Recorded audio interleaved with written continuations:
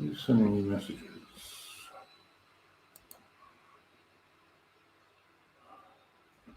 Okay, no worries.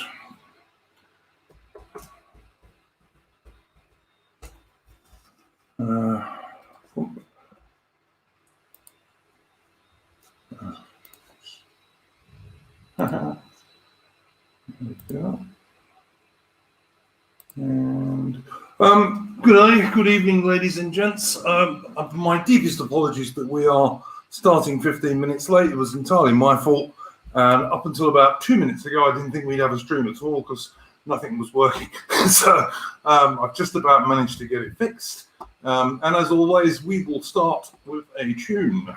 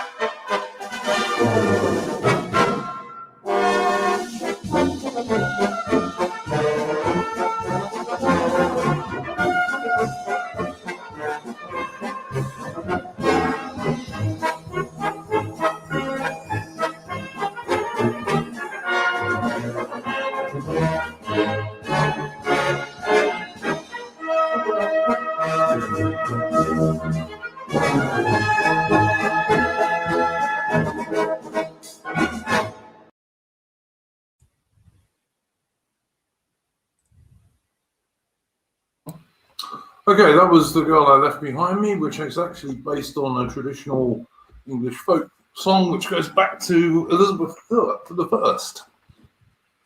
Okay, guys, I'd like to welcome our guests, Adam and Ozzy. We may or may not get someone else join us later, I'm not sure. No one tells me anything.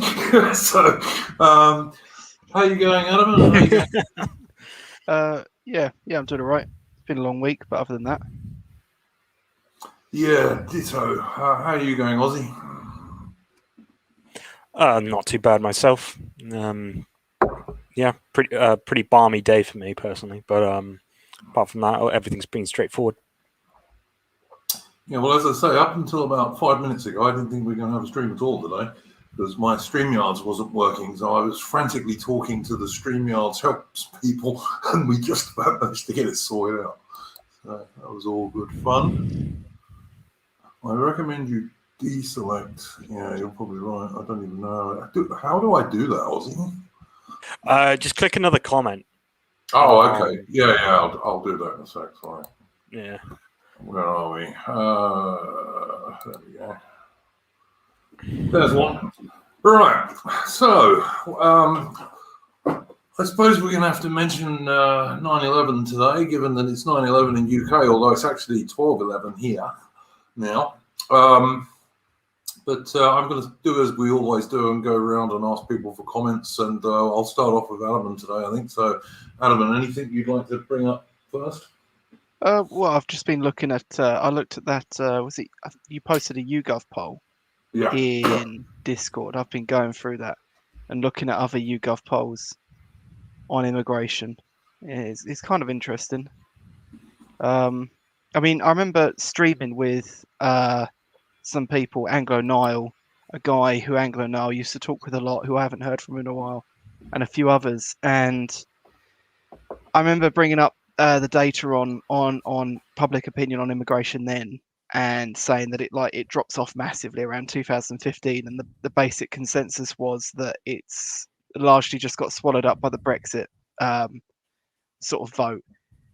And now we seem to see this thing when you look at polls where over the last 12 months, I mean, it's gone up massively amongst Conservative voters, but immigration has gone up generally as a concern amongst the general population. Even on the left, but only by a small amount. So I don't know. I don't. Maybe the whole the Brexit thing's starting to wear off. Maybe the immigration issue is going to start rearing its head back out in a sort of unavoidable way for the main parties. Well, I think most people are really fed up with this constant stream of little boats coming across the English Channel, for sure. Particularly as the British government is paying the French millions and millions of pounds to do nothing but help them, you know. So, well, yeah. I mean, and like, you know, this idea that they're this huge benefit to the country, and yet the French are literally getting paid to keep them, and they still won't. So. Yeah. I mean, the whole thing is also crazy because, you know, even the United Nations, who I'm not the biggest fan of, even they say that if they are genuine refugees, they should stay in the first safe country they get to. Well, France is considered a safe country. Considered. Well, yeah, sure. But I mean, what I'm saying is there's no excuse for them to come to the UK. Yeah. Yeah, what I was about to say. I mean, it was quite funny back in 2015 when, you know, all this influx came in, and, you know, it's such an amazing benefit, you guys. Poland, what do you mean you won't take any? You have to take some. Yeah. You know, if it was such an obvious benefit, you think everyone would be leaping towards it. But there's actually a very good video. I can't remember who by, but it was basically like this idea that mass population flows can basically be seen as a form of warfare. The Byzantines and Ottomans used to do it actually quite a lot. They used to take tribes from certain areas and then move them into other areas to piss off the locals and try and basically create a deracinated group that are now loyal only to this empire, and this idea of the empire. So it's not new by any means, and of course, you had that thing back in the 1990s in the Balkans, in which basically, you know, everyone was going pretty, how might we say, gamer in their own individual countries, and no one was very interested. And the other one that strikes me on the top of my head is Jimmy Carter did a meeting with the Chinese chairman at the time of the 1970s, and he was complaining about human rights. And And the Chinese chairman basically responded, "Oh, so you really like human rights? Well, how many humans would you like? 1 million? 10 million? We can give you all those 10 million." And Jimmy Carter immediately shut up, and there was nothing further done. Yeah, I can believe that. I mean, also, I mean, if you're going to talk about the ancient world, I mean, the fall of the Roman Empire was caused as much as anything else by the Romans allowing huge numbers of barbarians into their territory. Yeah. I mean, there's a revisionist group actually that's like, well, these days, which is like, it's actually not the barbarians that caused it, and it's kind of true. I mean, it was a mix of that, but also the other thing was just intense apathy. No one cared about anything. Well, that was a big problem in the Roman Empire. I've kind of been following this, Aussie, and because when you talk about there's a revisionist group, there's loads of revisionist groups about the Romans at the moment. Yeah. But yeah, so some of them say, and they're correct in this, that the barbarians didn't want to destroy the Roman Empire; they wanted to be part of it. So it's a bit like these economic migrants coming into Western nations like the UK and Australia, etc. They don't want to destroy it; they want to be part of it. But the mere numbers of them is what destroyed the Roman Empire, according to a lot of people I follow. Like the Romans just couldn't cope with it. Yeah, and of course the Roman. There's things about the Roman system, particularly in the urban areas, which is quite similar to what we have today. Things like just the dole, just giving out free stuff to the peasants. And that was quite an attractive reason for migration to the Roman Empire. Yeah, absolutely. I mean, that's where we get the word dole from. It was the grain dole that was given to the plebs in Rome. But yeah, I definitely think there are parallels in that stuff. I really do. The thing that struck me, going back to what Adam was talking about the poll that I put in the Discord, I was just surprised it was only 57% of UK people were against it. I'm just amazed it's not like 90%, to be honest with you. Well, I mean, the thing you have to think about, I mean, firstly, if you actually look at the data, the trends can change quite drastically. But if it was to continue as it is now, immigration is going to take the top concern spot amongst the general population, pretty soon. The other thing as well is if there's one I always bring up, and it was collated by, I think it was Migration Observatory, and they basically collated data from 3 different surveys on immigration since about the mid 60s to now. And the results change quite drastically depending on, for example, how the question is asked. So you can kind of quite easily see that there's a sensitivity around how much people want to say on this topic, or whether they think they can talk about it at all. So I imagine that sort of, well, I mean, people talk a lot about sort of stated versus revealed preference. I imagine if you were to record this for a revealed preference, it would look drastically higher. Or if Nigel carries on the way he is on GB News, you'll probably just get more people being much more willing to talk about it. The other thing to bear in mind is that good polls are normally on the ground. And so that means you've got an interviewer who's probably pretty middle class and well-to-do because they're a researcher, and researchers normally went to university, and they're normally quite stuck up themselves, the spoon up their ass and all that. And, they're knocking on your door saying, do you think blah? And you've got to, and regardless of how you actually feel, you may feel like, oh, well, I'll tell anyone anything. But when it comes to that push comes to shove moment, a lot of people actually get this sort of latent shyness. It's actually it's a big factor behind late poll swings and things like that, like Brexit and all of us, and stuff like that.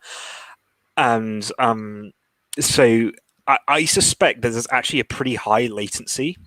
And additionally, something that's also probably worth adding, as I suspect a lot of the people who don't list it as a concern are either A, not from here, or B, live in areas in which it's not a concern.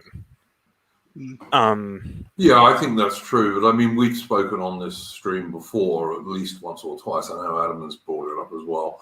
The way you word a poll, as Adam just said, can have a huge impact on the way people answer it. Yeah. The other thing that I was just going to bring up, actually, just to do with this, is that when it came to voting for Brexit, people who voted Remain in general lived in more homogenous areas. It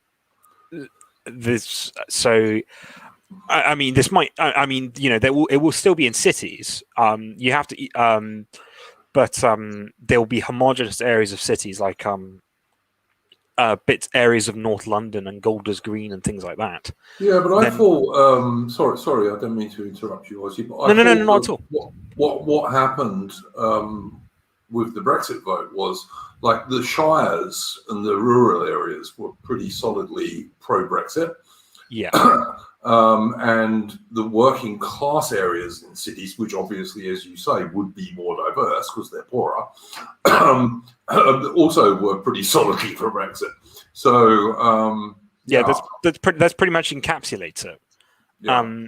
In fact, the pattern is true even in Scotland. They don't like to tell you this, but 40% of Scots actually voted to leave, and that was most common in the areas in which you had Protestant bases and working class bases like Aberdeenshire and Lanarkshire and the borders. Yeah. And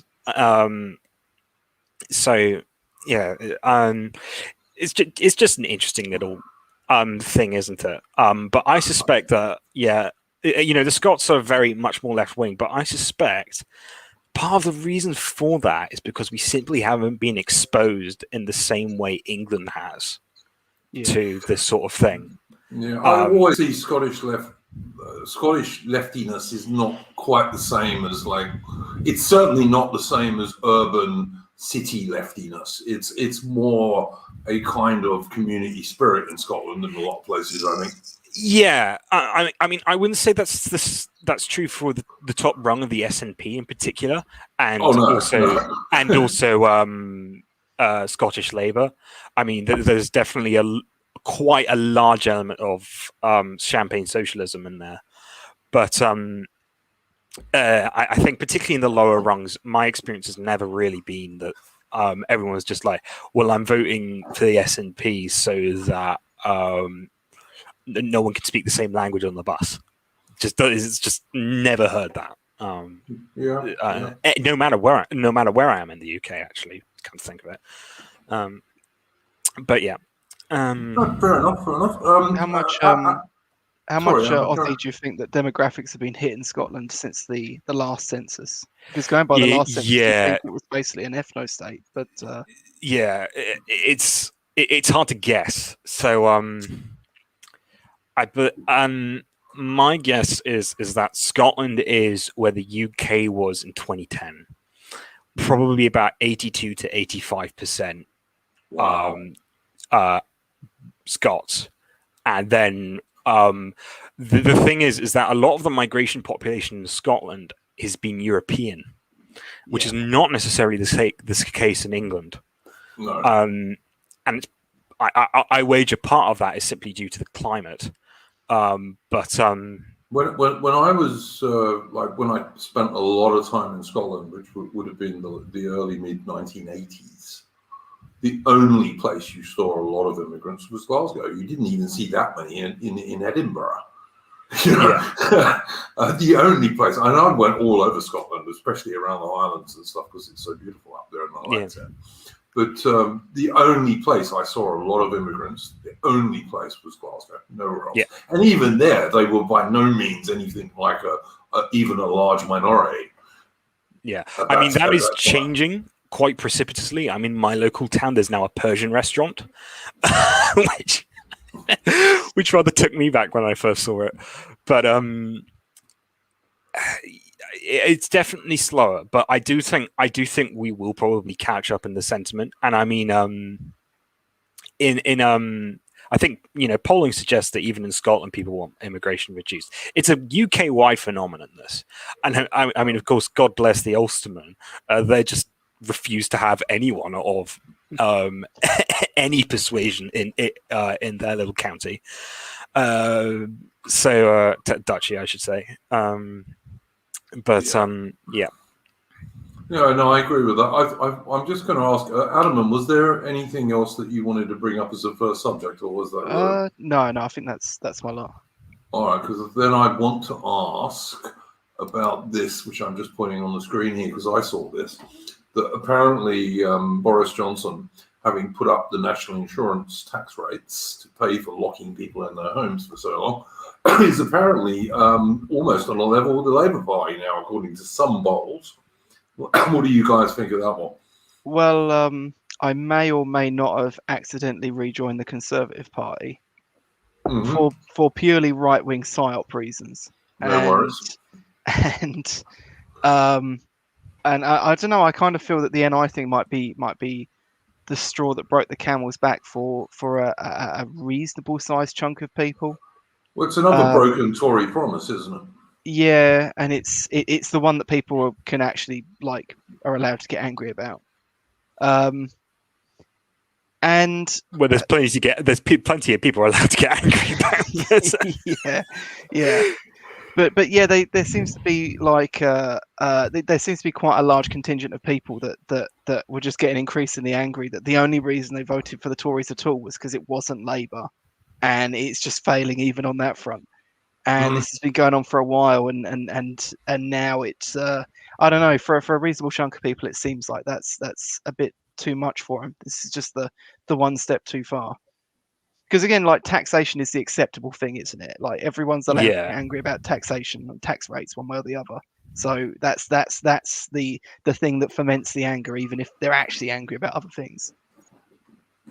Yeah, and I mean, especially when, as I say, I mean, basically, if I was in England at the moment, I'd be saying, well, you're putting my national insurance, which is basically a tax, up for locking me in my home for months at a time. It's which I didn't ask you to do. So, I don't know, man. It's a bit odd. Yeah, I mean, it's a very curious tax that they chose actually to increase, because national insurance basically affects everyone. Yeah, they could have. It doesn't even save the poor people, does it? Yeah. They could have done much. They could have raised much more revenue by a 5% increase in the top bracket, which, I'm a posh prick, but even I am in favor of that because our debt is astounding and it terrifies me. But doing this and just, stabbing basically everyone and disproportionately the poor, the poorer folk, it's just very Tory. It's very, very Tory. I'm not impressed by it. Well, I don't know. I mean, obviously, you're using Tory in the sense of the bad Tory voice. In the sense of the David Cameron Tory. Yeah. The sort of warm face, cold heart sort of thing. Yeah. As opposed to the Disraeli warm heart, cold face. Which I think is much more British. Yeah, well, you guys will no doubt know that I'm going to be talking a bit later about Alexander Johnson, who is not someone who I like at all. So we'll get on to some of that stuff, no doubt. But the other thing I noticed people talking about in relation to the national insurance rise was that some of the higher people who will end up paying more money for it just don't even get any benefit from it because they're not allowed to use some of it. Yeah, I'm okay with that. I mean, I think a big part of, I would describe myself as a one nation Tory, and the idea for me of one nation Toryism is that you might not believe in social mobility or anything like that. I don't think it's a very realistic idea, but I do believe that those on the high, those of a more endowed status definitely have responsibilities. And for me, one of the great travesties of modernity is that the present elite seem to have neglected these obligations. But so I'm okay in theory with the idea that that of national insurance and helping out people on the bottom rung. But yeah, anyway. I liked Adamant's comment in the Discord about since when did social care consist of like dumping old people in homes somewhere? Yeah, anyway, disgraceful. yeah, I mean, when did that become the deal? Well, Sorry, that's the thing as well. Like I thought over the last couple of elections, they basically solidified that their approach was to get people out of nursing homes and to get families caring for their own, which was, a policy I really quite liked. Yeah. And now they just seem to have gone the complete other way on that. So, yeah, I mean, traditionally, and I'm a traditionalist and a reactionary. Traditionally, the fact that your grandma was like living either close to you or sometimes even in your own house, or maybe in a granny flat or something like that, was a great way to have extra help for looking after the kids and this kind of stuff. As well as being much healthier and better for the old people themselves, of course, because, old people tend to go into a steep decline when they get put into old people's homes, even if they don't just die of the China virus. Yeah, and it helps them feel of use as well. Like, it's very important. People like to feel of use, and if you keep an old person in their home, just reading newspapers and solving crosswords, it's normally not a complete recipe for happiness. No. But if they get to have their grandchildren once a week for an afternoon or a day, I think generally they love that. I mean, even my father, who had his faults, although love him as I did, he had his faults, but he was a great granddad. He absolutely adored my boy when he was a little chap, and my boy adored him and his dog.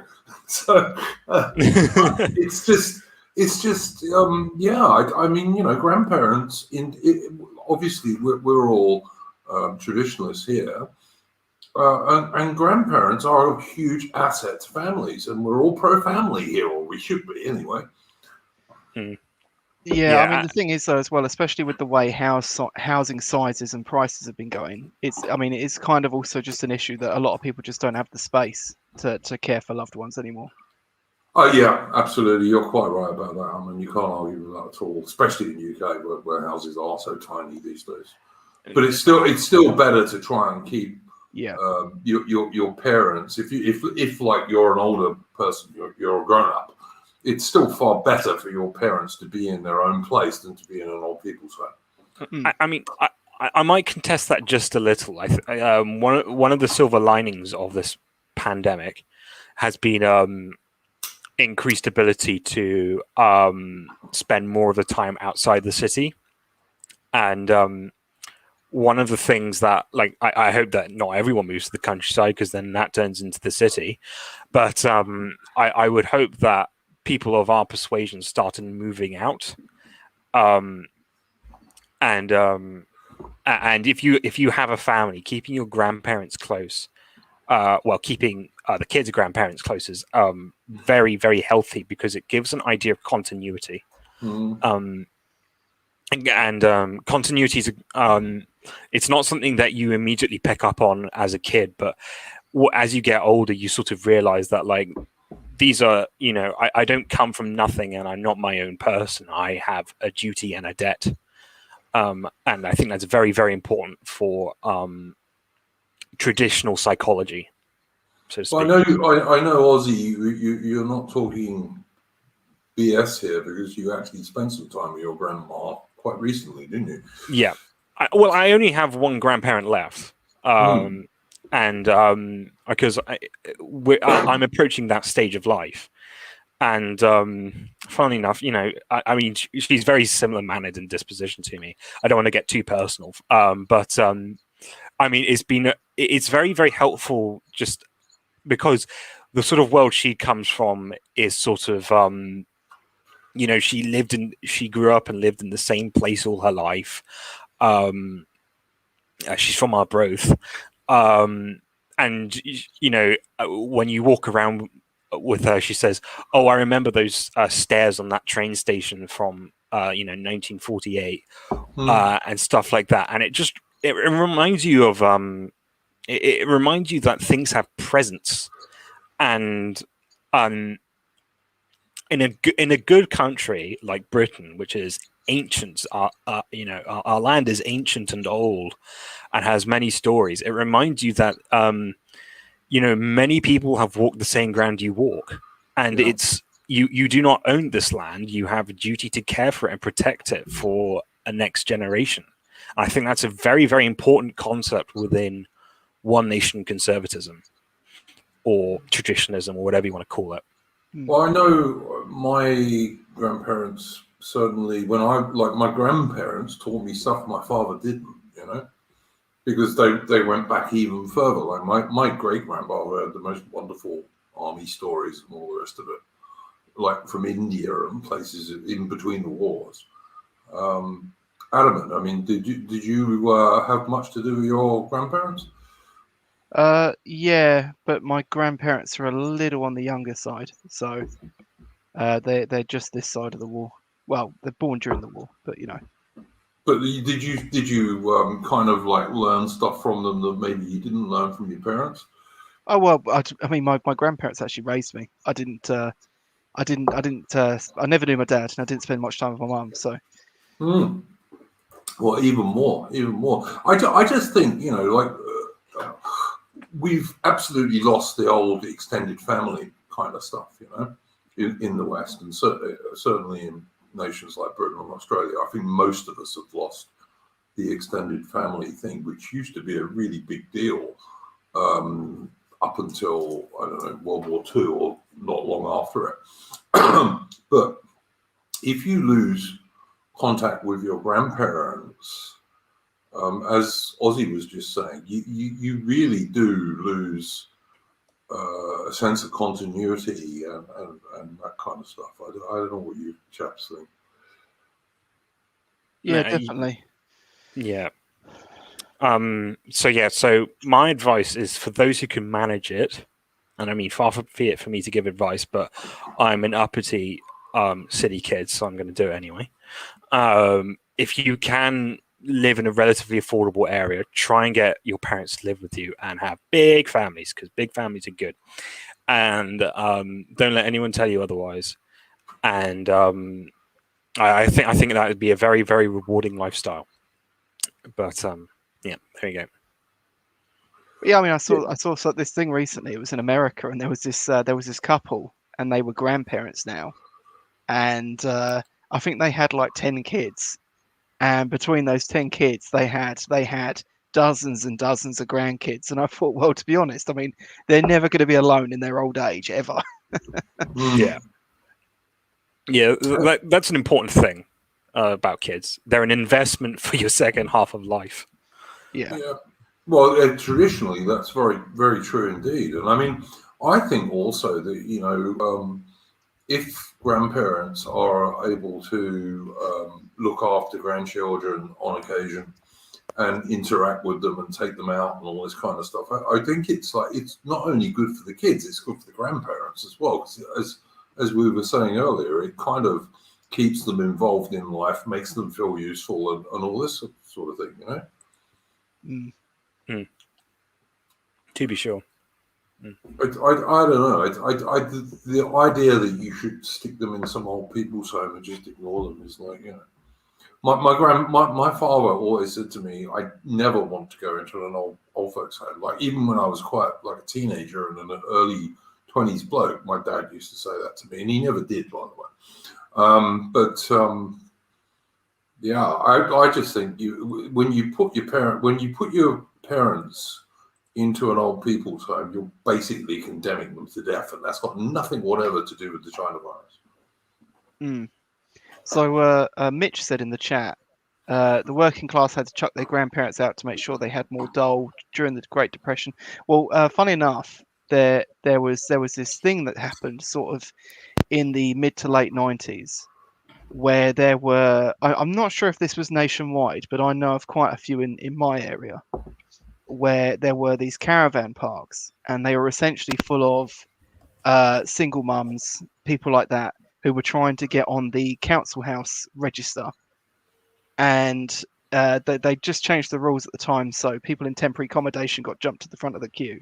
So people were essentially moving out of their parents' house where they had enough room, and they were moving into these horrendous caravans that often also had, these caravan parks had, you know, registered sex offenders and stuff like that living in them, because it was just people that couldn't get on the housing market. And they used to live in these places to get the council to put them on the council house register, so they could get themselves their own house. So I mean, you had there like a very real instance of like government policy, like splitting families up. Yeah, I don't know what to say to that. I mean, obviously you're correct, you know. Yeah, it's an interesting thing. Sorry. No, Ozzy, carry on. It's an interesting comment you've just highlighted by a famous German historical figure, although not the obvious one, because for my sins, I actually read Evola recently, and like, I'm not saying that people should read Evola because I actually think a lot of it's kind of terrible. But one of the things that he said that was a very, very interesting to me was this idea that that the idea that the past was very much superior to the present, and that we had fallen from grace. And it's quite common in stories to say, like, back in time, warriors used to be huge and strong, and they could cover 100 miles in a day and all that. And of course, that's where the idea of respecting your elders came from, is because you had this idea that your elders were your superiors. And of course, elder, actually in Saxon, is the name for the nobleman, the elderman, which is another interesting little tidbit. And of course, today, though, the idea is that the future is, if the future is where everything is, and that everything just gets better and better. I think this has probably come with the sidelining of the elders and people becoming very concerned about things like, what do young people think? And is this what's hip, yo? And stuff like that. I mean, it's very, it's very warped. That's all I have to say about that. Yeah. Adam, you got anything to add to that one? No, I broadly agree. Yeah. I mean, look, I'll tell you, because I'm older than both of you chaps, and when I was like a teenager, because I was born in 1965, so I'm ancient. But when I was a teenager, there were loads and loads of World War I veterans still around in the UK. Guys who had fought at the Battle of the Somme and who had gone over the top, Passchendaele and all this kind of stuff. And I got to know quite a lot of these guys, partly because the Surrey Docks got closed down in South London, and a preservation society was set up there, because the Surrey Docks, after it had been abandoned for quite a while, became this wonderful kind of wilderness, and there were loads of different types of birds. There were foxes, there were loads of newts and frogs and stuff which hadn't been seen in London for ages. And we also set up like a fishing thing. And we used to charge people 50p, or old age pensioners used to get charged 50p to fish there, because that allowed us to go and do stuff like restock some of the docks with different fish and this kind of stuff. And actually, usually I didn't charge the old guys when I was put on doing that. But what I did used to do was I used to sit there and listen to these guys, and they'd tell these fascinating bloody stories from World War I and stuff. And to go back to what Ozzy was talking about, that they weren't all huge, great blokes. In fact, most of them were very average size, but they certainly were damn well heroes. I mean, they did stuff I couldn't even imagine, man. And that certainly impressed me a lot. It really did. They'd just seen things that I couldn't even imagine when I was a teenager. Mm. And there's also elements of like the mythology that are just eerily true, like the archetypal men of days gone past. Well, men of days gone past had about a third more serum testosterone than we do. So Yeah. yeah, it's quite a funny little it's quite funny how the stories and you know these romanticizations of the past actually in their own weird way turn out to be really true. But yeah. And it was funny though, because it was like if you've read the WW1 Poets, which are like enormously famous in the UK, for example, or at least they used to be when I was younger. If you spoke to the actual veterans of WW1, they didn't really regard it in quite the same way. Yeah, they talk about guys who got caught on the wire, and they talk about snipers and not having third lights because the sniper would see you when you gave someone a light, and he'd take aim on the second one, and the third bloke you gave a light to would get his head blown off, which is why third lights, even when I was a young man, were considered unlucky. You just didn't do it. You stopped lighting somebody and turned it off. But they were much more down to earth and realistic about what was going on. Generally, they thought the officers were brave because most of the British officers were brave. They tended to go out in front of their bloke saying, "Follow me, chaps," you know.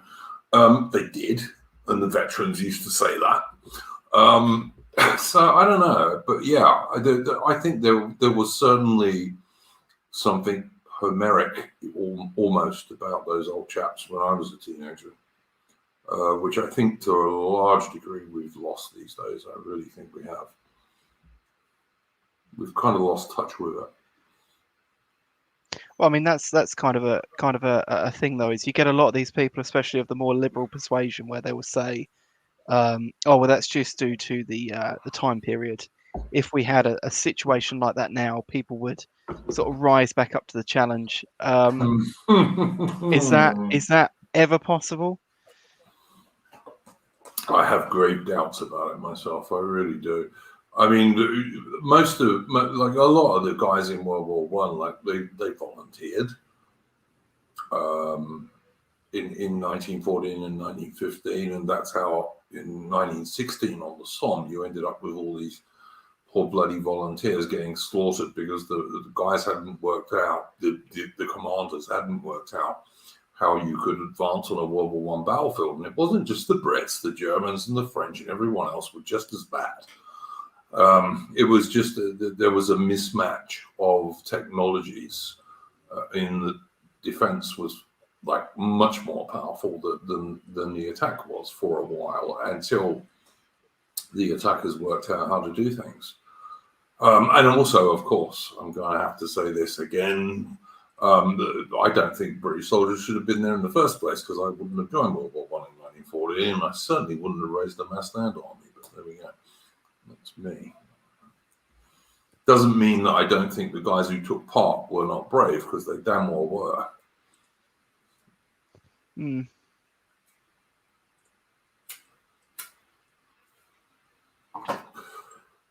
Okay, unless anyone's got anything else to say on that one, I think we need to at least address 9/11, even though it's not directly a British thing. What's your opinion on that stuff, Alman? I don't really know what to say. I'm not particularly pro-American. It's I mean, I don't even remember where I was. Everyone always says, "Oh, everyone remembers where they were when it happened," and I think, well, actually, I don't.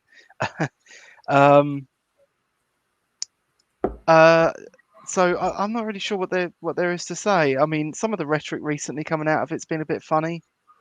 Yeah, very, very dubious, if you ask me. But carry on, Alman. Sorry.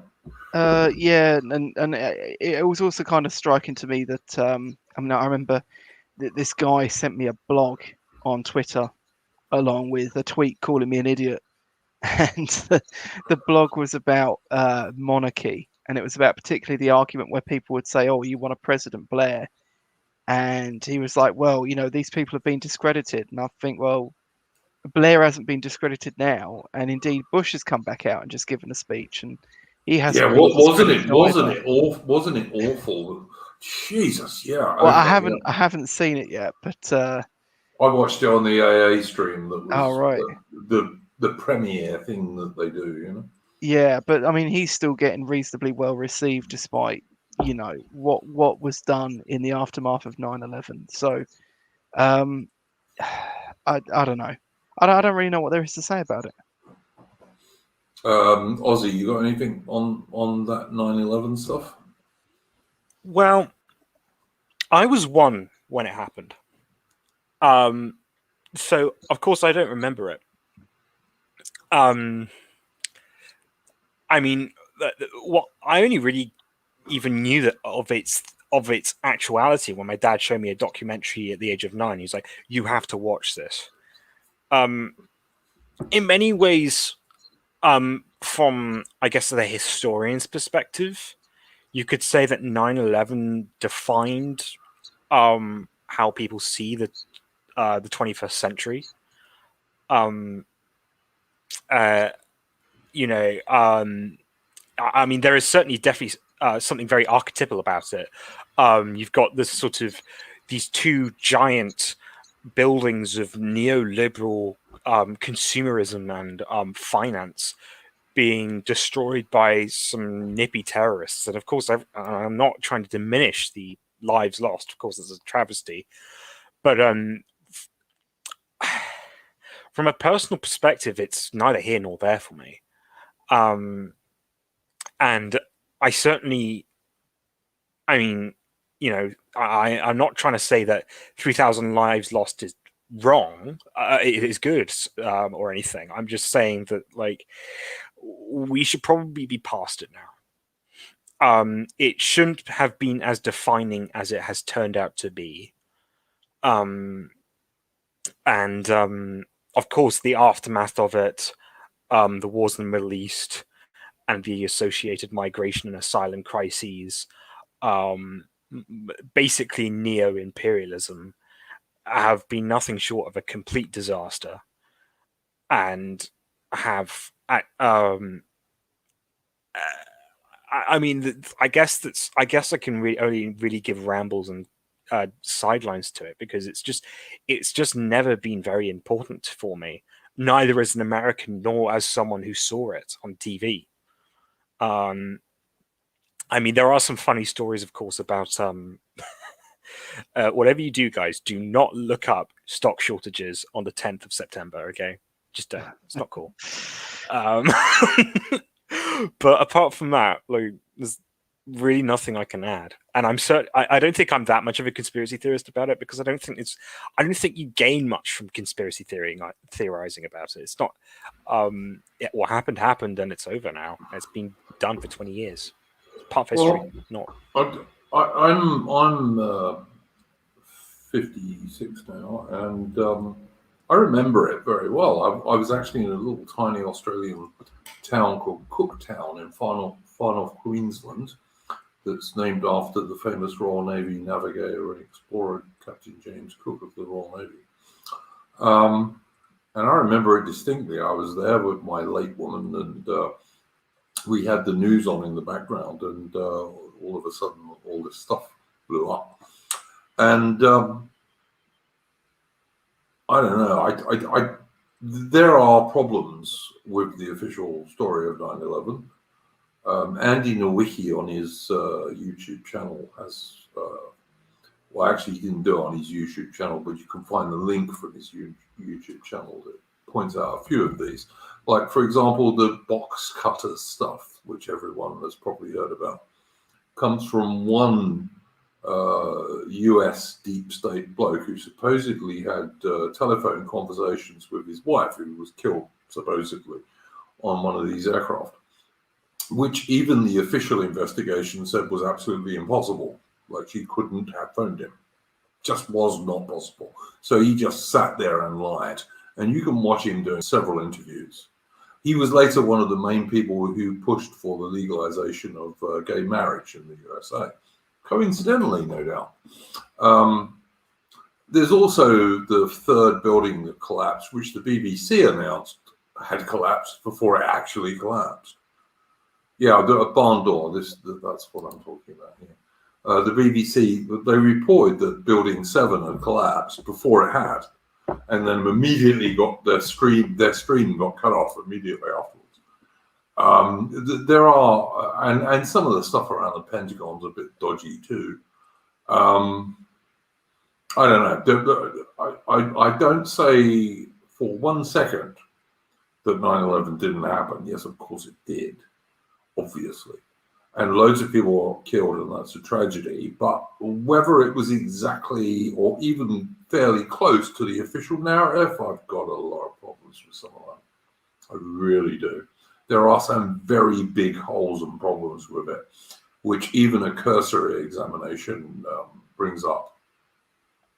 And it was used by our glorious leaders to change the world forever in a really bad way. Like, you know, even if the official narrative of 9/11 was correct, the solution to it was locked armored doors on the pilot cabins of passenger aircraft and 1 or 2 sky marshals on flights who were armed and trained. But instead of that, you had the Patriot Act, you had the invasion of Iraq, you had the invasion of Afghanistan, and 20 years of bullshit, basically, which didn't do anything to stop those things from happening. And to say nothing about how difficult they made traveling and you know, barely educated morons feeling up your sexual parts every time you go through an airport. And I just feel that, like, when we look back on today, 20 years from now, when I probably will be dead, we'll be saying, yeah, the China virus was very similar to 9/11. Like, the world got hugely worse for no great reason.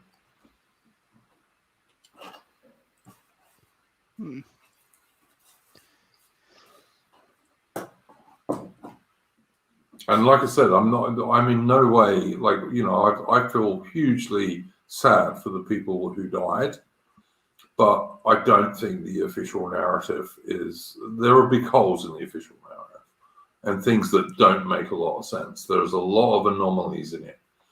And you don't have to be a big time conspiracy theorist to think that, because there are. Well, I mean, the other thing is as well, like, to talk on that, you don't, if you're America, you don't actually even have to do an inside job. You just have to be really bad or really slow at meeting the threat when it comes. Because America's made enough enemies, they just have to sit by and wait, and someone will blow something up. Yeah. And they invite so many people in, it's like an inevitability over there. Well, you could say the same thing about the UK and the Manchester bombing, for example. Well, right, but this is exactly. This is the thing, though. I mean, like, I went to London, for my birthday to go and see a music concert, and there was a terrorist attack. I mean, there was a point where we were having like a terrorist attack every week or every month for you know, almost a whole year. It was pretty bleak. And what did we get from the mainstream media? Don't look back in anger. Yeah. Oh yeah. Don't get rid of the people doing the attacks. Don't look back in anger. and I don't know. You said you hadn't seen it, didn't you? You hadn't seen Bush Jr.'s speech today or yesterday? No, I haven't seen it. Well, what he's basically doing is saying that people, the people who were let into the building in Washington in January are as bad as Osama bin Laden. That was really the short take on what he was saying. And they're the real threat now. The same as the people who won't take the vaccine, they're the real threat now. That was his whole speech. So basically all of the sane people in America are the real threat now. And I think that's what our global homo overlords are going to go with, including Alexander Johnson, who I absolutely think is one of those people.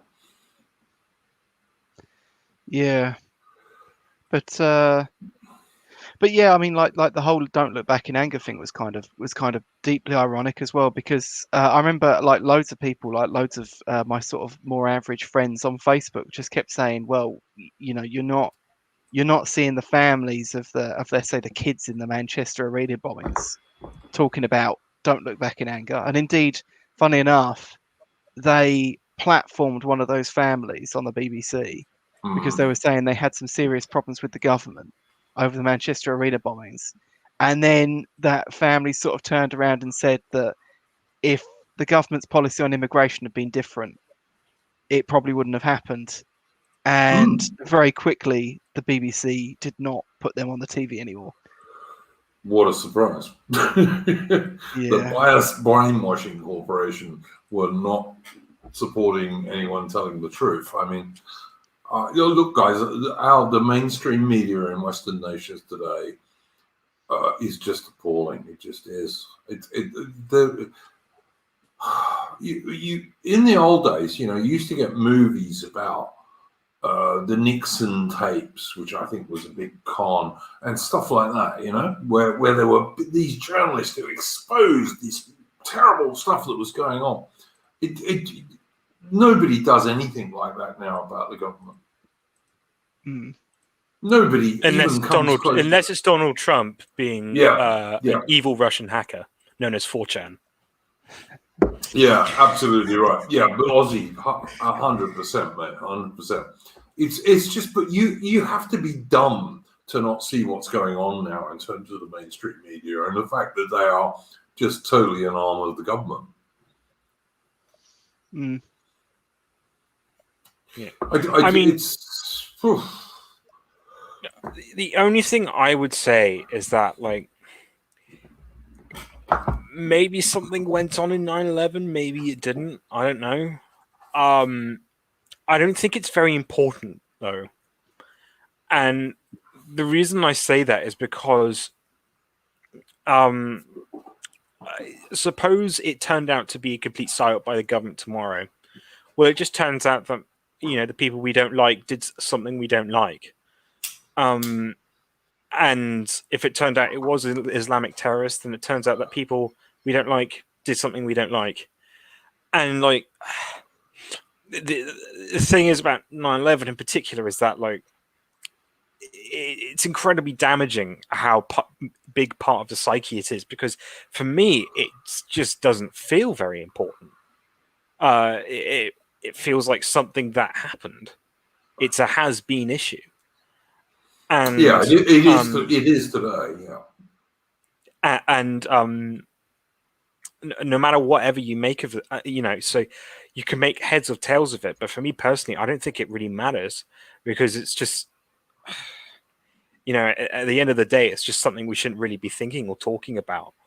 And the sooner we can shut up the neoconservatives about, that sort of thing, and get them focused on, actual real matters, the sooner we can see where they actually lie.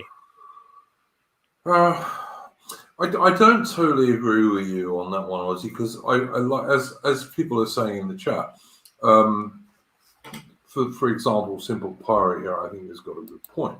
Like, 9/11 is an important, what is the Patriot Act? Yeah, absolutely. It gave governments an enormous excuse to pry into every single aspect of private citizens' lives.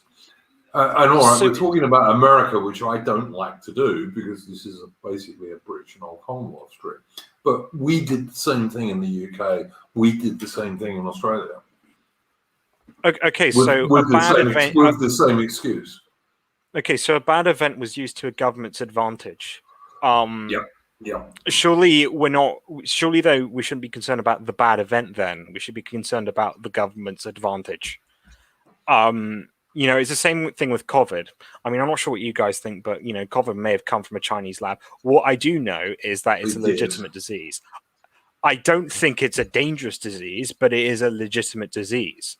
And the only thing I don't think the Western governments were like conniving, like, we're going to unleash a pandemic. I think they just saw a very useful crisis and thought, all right, we can take advantage of that. There are some useful things we can do with that.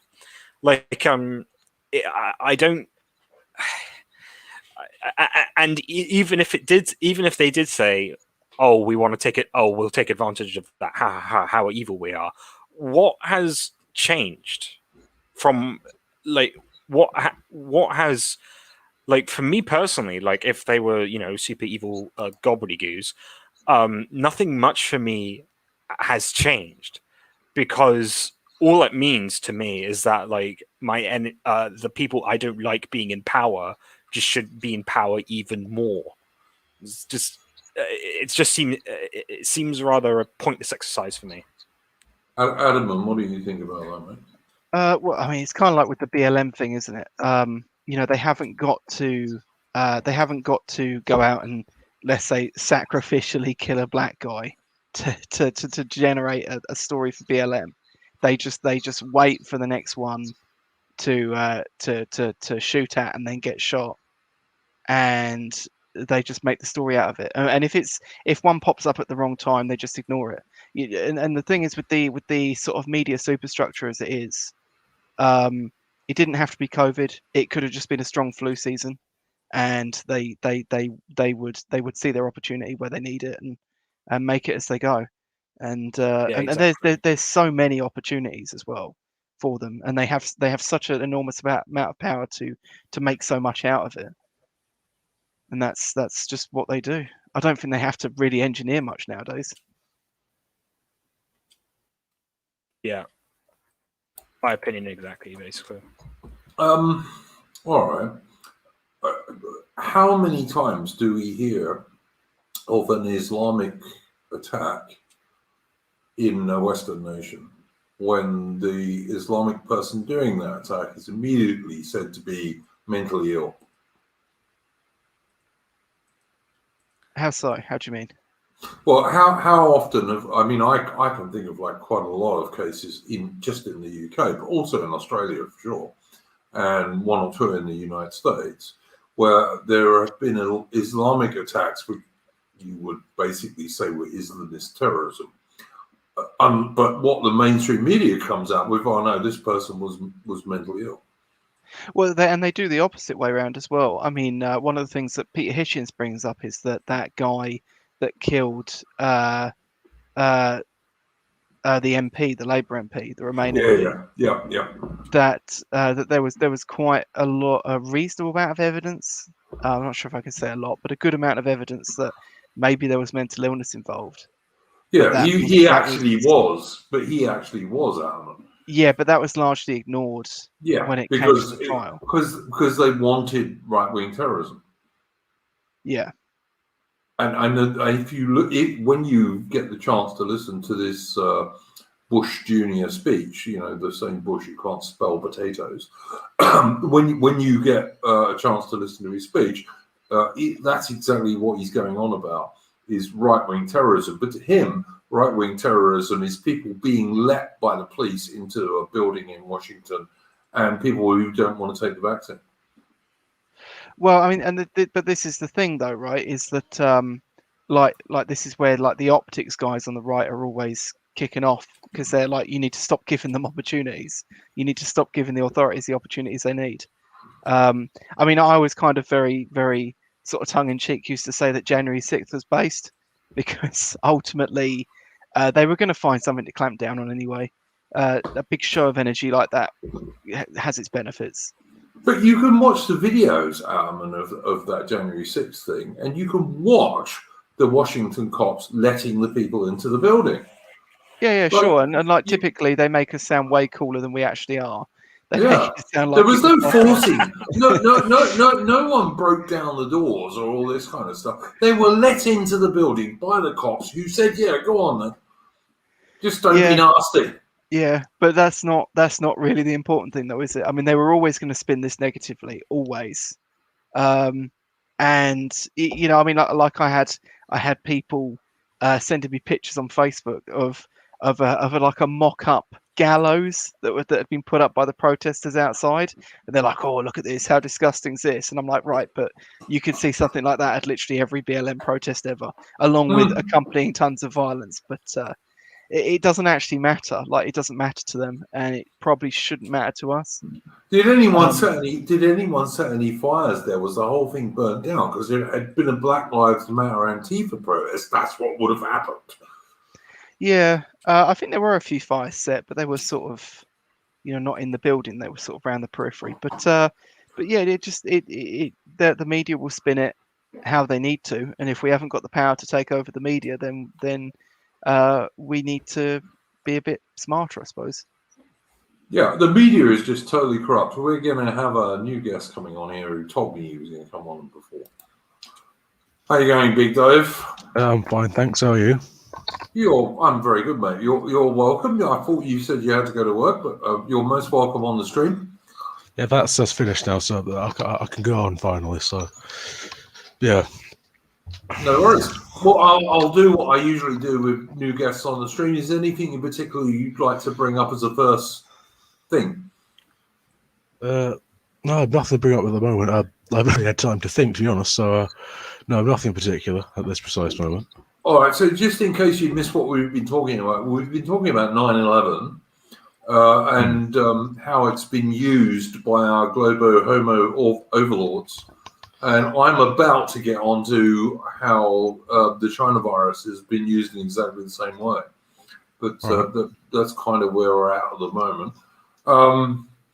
Adam and Ozzy, I don't know, guys. Like Ozzy, as Ozzy said, he was one when this happened. Like I was like in my 30s. I was even alive. Yeah, I remember it really well. And being horrified and puzzled by it at the same time. I just think it's been used for evil by our leaders. Like, I mean, leaving aside, 20-year wars in Afghanistan and Iraq and all the rest of it, which were totally pointless from our point of view. Yeah. I guess the other thing. Oh, sorry. Go ahead, mate. From all that came of it, I mean, it really does make you wonder. Since from all the profit that has been gained from the results of the event, it really does make you wonder whether the official narrative on the subject is really legitimate at all.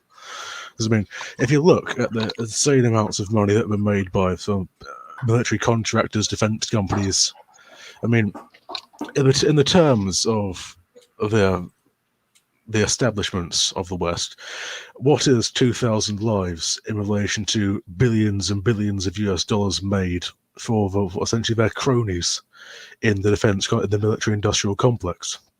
And that's my essential view of the entire subject, to be honest. I mean, I wouldn't be surprised if the entire thing was a massive false flag.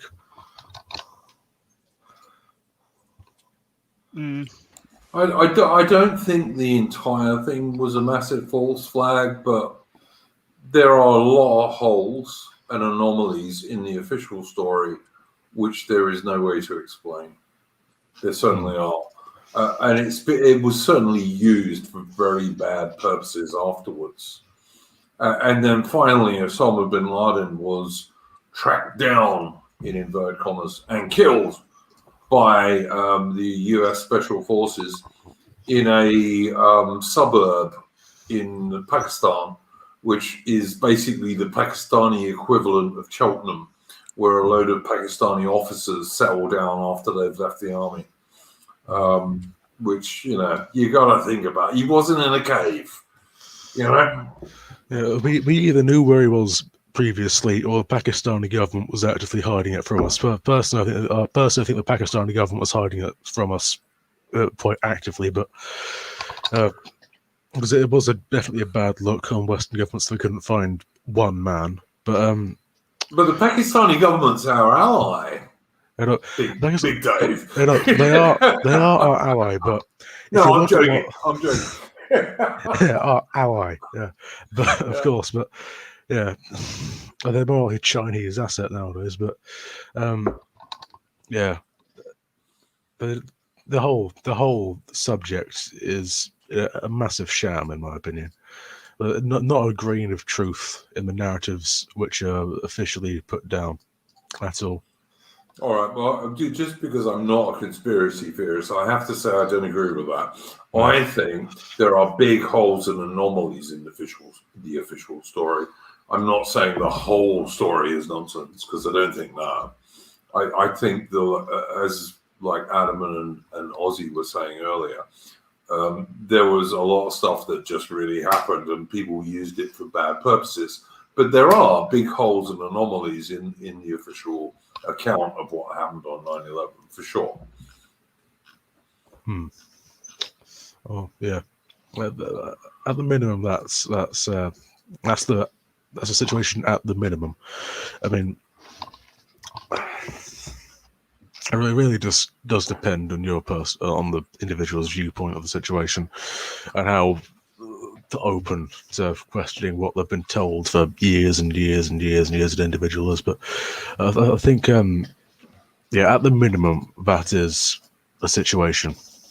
Yeah, no, absolutely. And I mean, look, Herman Hoff in the chat here is pretty close here. The Bin Laden family were absolutely a very prominent and rich family in Saudi Arabia. And Bin Laden, to my knowledge, when he was fighting the Soviets in Afghanistan, was financed by the CIA. Absolutely, he was. So, there are certainly things going on there that are not obvious. Yeah, I sometimes think that particular point is a bit overblown though, because I mean he was part of the wider Mujahideen, and there was quite a large body of those groups in the Mujahideen that ended up fighting Al Qaeda later on.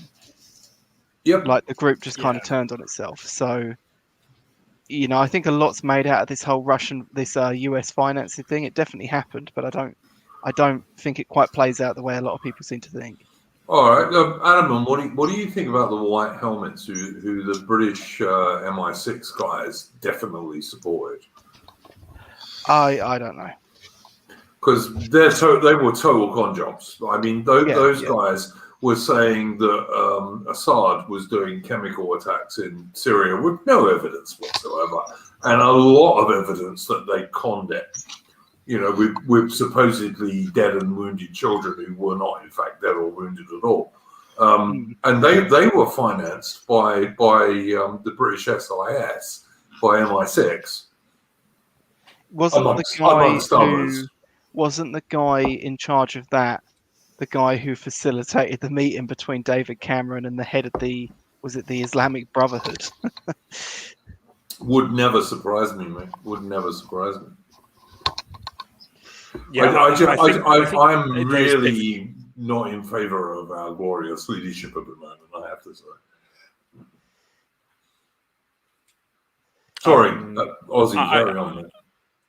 I mean, I was going to say that on the issue of Assad, I definitely agree that there was a lot of effort by someone, I don't know who, but by some group to try and get us into war with Assad, because the evidence that he was behind those attacks, those chemical weapons attacks, just laughable. Yeah, it was almost non-existent. I doubt very much they were real chemical attacks, even. Yeah, and I mean, I'm personally I'm one of those naughty people who's actually quite pro Middle Eastern dictatorships. I think those sort of countries are very well adapted to that form of political institution. So I'm pretty happy for them to go at it. I mean, of course, I'm not saying Saddam Hussein was a good leader. No, he was horrid. But as political leaders go for the Middle East that can create sustainable and safe countries, he's probably as good as you're going to get. Well, I mean, let's look at another. Let's look at another example. Libya, where Gaddafi ended up being tortured with bayonet being shoved up his rear end and dying, and then you got that vile bitch Clinton arriving and saying, "Oh yeah, we freed Libya." And I mean, Libya even today is a complete shithole where slavery has made an enormous comeback. Yeah, And there's also a very interesting quote from Gaddafi from years back about what he would do if the West opposed him on or if the West opposed him, and it was talking about migration. And it's basically like Libya is at the very top of North Africa and is stopping. Has a large control over the inflow from sub-Saharan Africa. Do you really want me to just fuck off? I mean, because I have pretty good control of this country. And prior to the British and Americans, and I think the French as well, prior to them deciding that Gaddafi must go for whatever reason, he actually made a treaty with the Italians that he was going to stop all these illegal economic migrants. Yeah, and he was good to his word as well. He was good to his word. Yeah. And yeah, Gaddafi overall it was a benefit to near enough the European situation as a whole and the African situation, the Middle Eastern situation as a whole. I mean, nobody gained anything from deposing Gaddafi. No one whatsoever. Well, someone must have. Someone must have. The International Monetary Fund gained something. Yeah, exactly. I suspect that's correct. There's not much oil in Libya either. No. I suspect personally that people wanted cheap labor. Well, he was also wasn't Gaddafi also like not part of the petrodollar story? Yeah. Gaddafi was a tricky character in general. And I don't think the powers that be found that very convenient. Listen, I'm not a big fan of Gaddafi, but compared to Hillary Clinton, I would take him every time. But well, I mean, if you read the Green Book, it's very evident that Gaddafi is very much unlike any world leader as such in existence in the 20th century and in the 21st century. I mean, he's truly a man of his own. He can't be compared to anyone else to a great extent,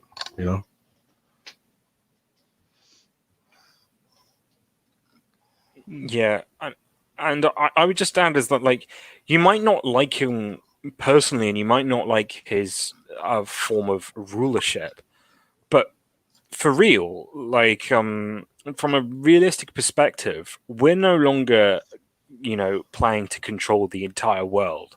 This is no longer the empire.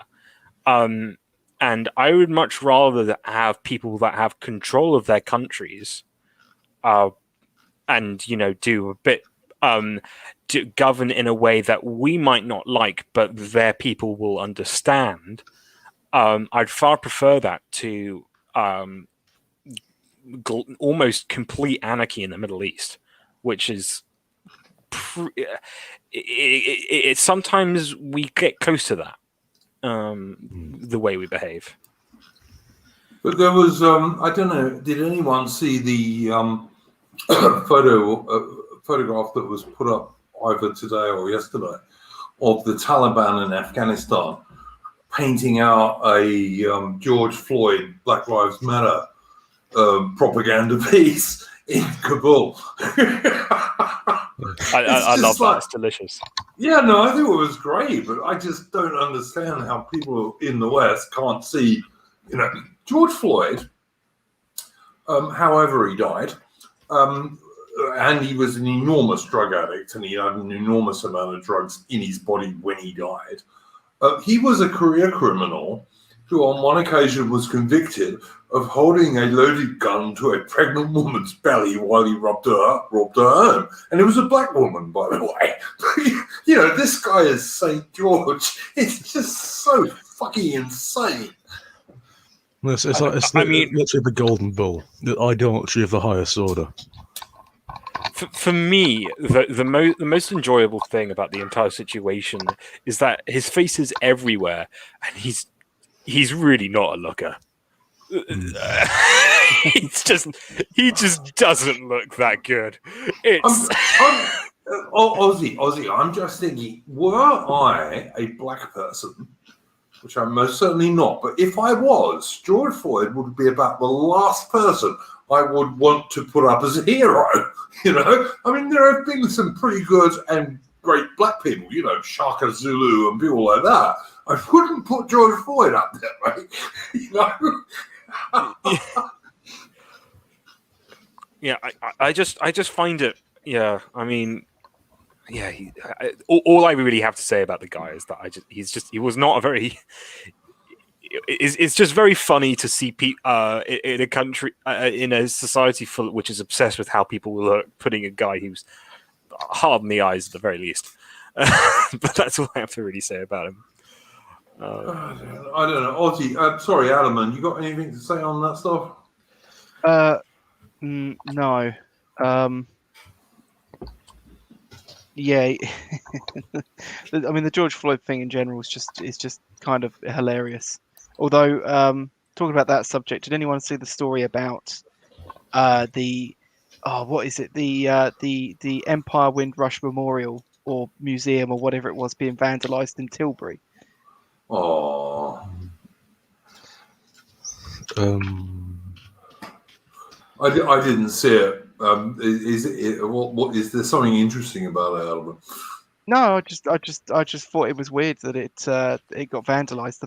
The authorities are calling it a hate crime, and of course they are. The locals are apparently kicking off, even though the people that vandalized it must have been amongst the locals. But we have the truth of the matter is, like, we import all this critical race theory and Black Lives Matter and even Antifa from the US, really, in the UK.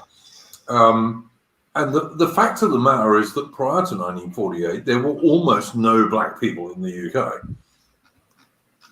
That is, there were almost, there were a few in places like ports around Cardiff and ports around London and Glasgow, but like tiny numbers, relatively speaking. Yeah. We never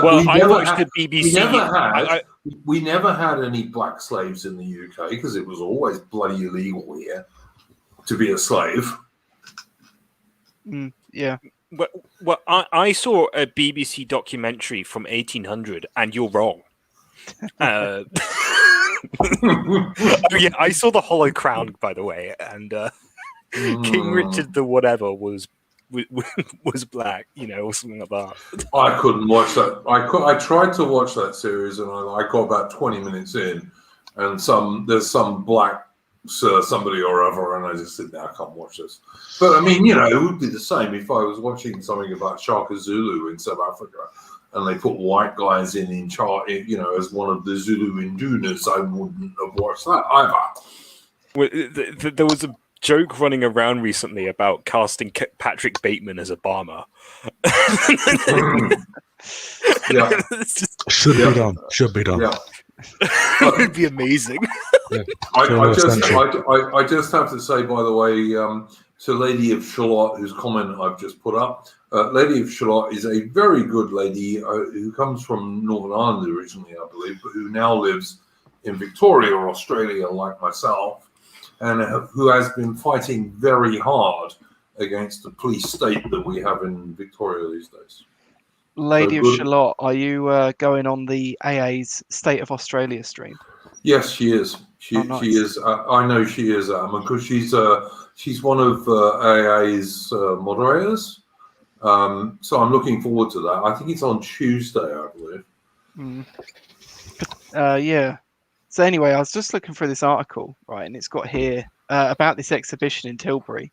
It said a vast majority of the visitors to the exhibition, 83%, have said they wanted the installation to remain at the pool. Doesn't 83% seem a bit low? Of people that actually went to the exhibition. And like 1 in 5 of them came out the other side. They're like, no, knock it down, get rid of it. It's literally just some panes of glass. A bit of an eyesore. Who went there? I mean, I couldn't go to an exhibition like that if you paid me, but there you go. I mean, it's kind of the whole thing's kind of a bit weird anyway, because it's been mythologized and it's largely largely the myth surrounding it is just complete bollocks. I mean, like even in that article, they referred to it as the HMS Windrush, but I'm pretty sure it wasn't HMS at the time. It was a privately owned ship. Yes, it was. It was a liner. It wasn't in no sense a Royal Navy ship. Yeah, not at all. Yeah, and it and the advert was put up in a newspaper, and there's a thing about how the government didn't even know the boat was coming until the governor of Jamaica rung them up. And supposedly Attlee wanted to divert the ship to Africa. I don't know how true that was. Yeah, I'd be dubious about that. I don't think the Attlee whole was a good guy. the whole Like project, Attlee at all. it was financed by a large number of billionaires of a certain group, and Oh no, Dave! No. I'm not. Get your I'm hand not up. talking about that. We're not doing this. No. I'm not saying anything about that, Dave. I'm not talking about a certain group, all right? Yeah. Billions are a member of an organisation, if you will. And the whole project, we didn't have any government interference in it, just something to do with that. Just the entire project was orchestrated by these billionaires. Yeah, I heard that. What was his name? Oh God, a Labour MP, Emmanuel. I can't remember. Oh His yeah, surname. I know the bloke you're talking about. He was a bloody communist. And there was also Shinwell. Yeah, that's Emmanuel it, Shinwell. Yeah, and they also was believed that he was also the one that sort of tipped some of those Israeli terrorists off about the King David Hotel. Yeah, I can well believe that. He was a communist as well. Actually, the Israeli hotel thing, right? Okay, people will know that I don't go on about the JQ at all. I think it's hugely exaggerated by some people on the right. But it is correct to remember that when Palestine was still a British protectorate, Jewish terrorists hung British sergeants who they'd captured. Yeah. They weren't good guys. They weren't our mates. And anyone who thinks they were is foolish. But as I say, I don't go on about the JQ. I think a lot of people on the right go on about it far too much. But that doesn't mean I'm an idiot and I don't see things that happened. And the blowing up of the King David Hotel, by the way, which, yes, it had some British military guys in it, but it also had loads of civilians in it as well, including women and children. But yeah, okay, blow that. I think that makes the whole matter worse, in my opinion. I mean, targeting a military installation is one thing, but blowing up a bunch of civilians, that's just I absolutely reprehensible. Totally agree, man. Totally agree. I'm not arguing about that at all. Totally agree. Yeah. But yeah, but Emmanuel Shinwell was a British Labour MP, but he was also basically a communist, as far as I can work out, and a scumbag. Yeah, definitely. But yeah, I don't know, guys. All right, let's move on to something else. I was watching a stream earlier today from Based Welshman. Do you guys all know who Based Welshman is? Vaguely. I've never heard of him. All right, he's a YouTube streamer, and he does stuff about illegal immigration. He does quite a lot of streams where he'll go and cover all these small boat guys arriving. He'll go to little Welsh villages where they're putting, like, I don't know, 500 Somalis in an ex-British Army barracks. And he's also very, very much against the forced vaccination of children and vaccine passports and all this kind of stuff.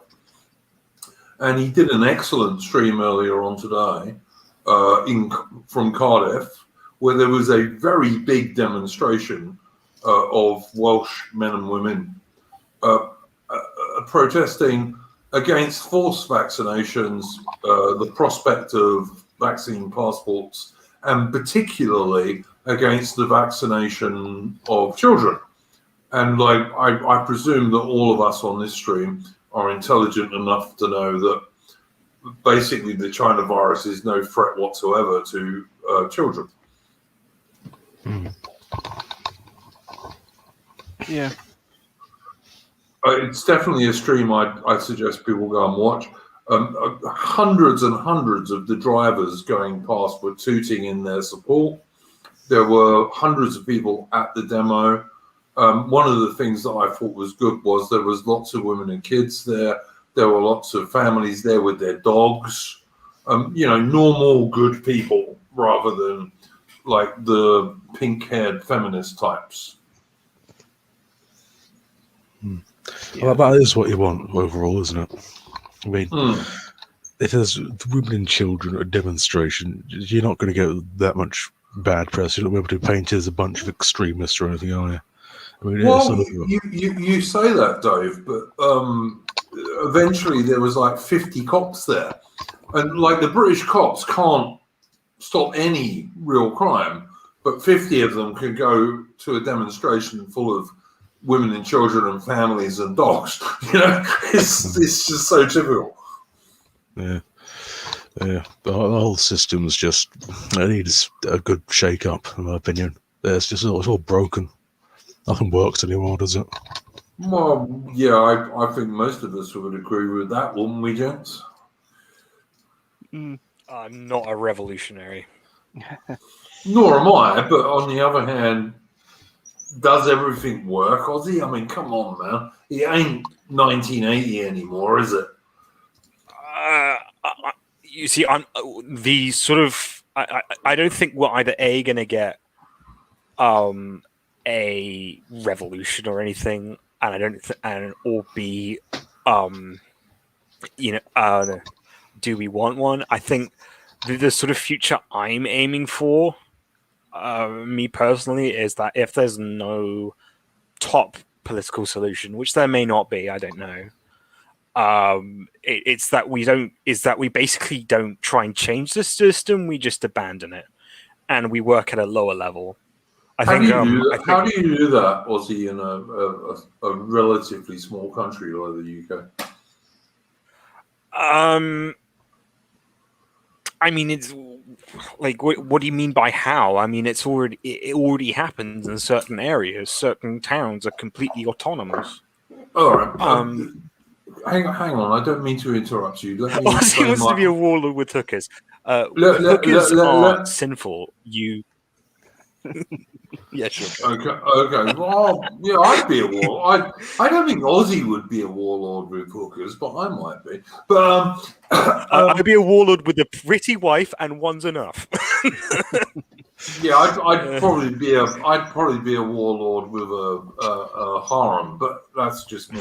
Yeah, you can never have too many wives, can you?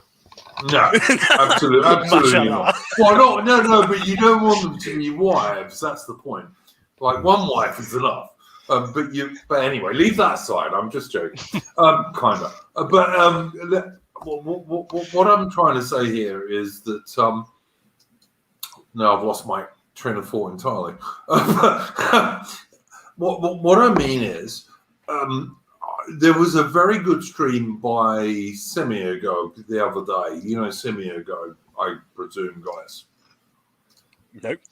No. Well, he's a regular on AA streams. He's a pretty good American chap who lived in Turkey for quite a long time, and he did this stream with a lot of good blokes, like a lot of neo-reactionary types, shall we say? Mencius Moldbug type people, and they were all talking about the only way for us to go as reactionary traditionalists is to move to the countryside and buy land and, where we can grow our own food and all this kind of stuff, and basically ignore all this globo homo that's going on. And I watched the stream. It was a very good stream, and I like Semiagog, and I've been subscribed to him for ages.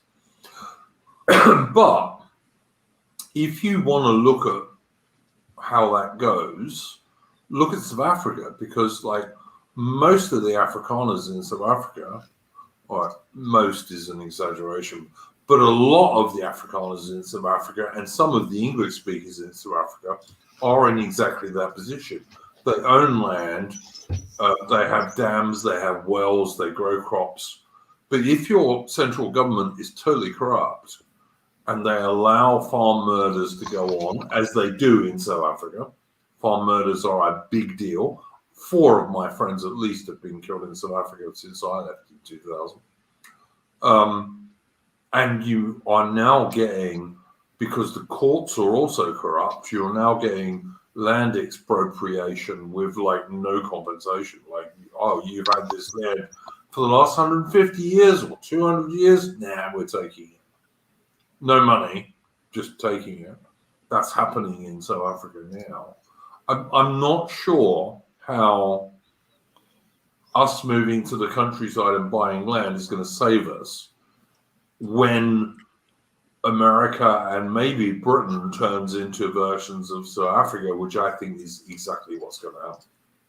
Well, there's a few things I would say about that. So the first thing is that the Afrikaans are a much smaller minority in South Africa than we will be in Britain. Like, to achieve that sort of proportions, you probably need about 400 million migrants or something like that. I don't think this country could.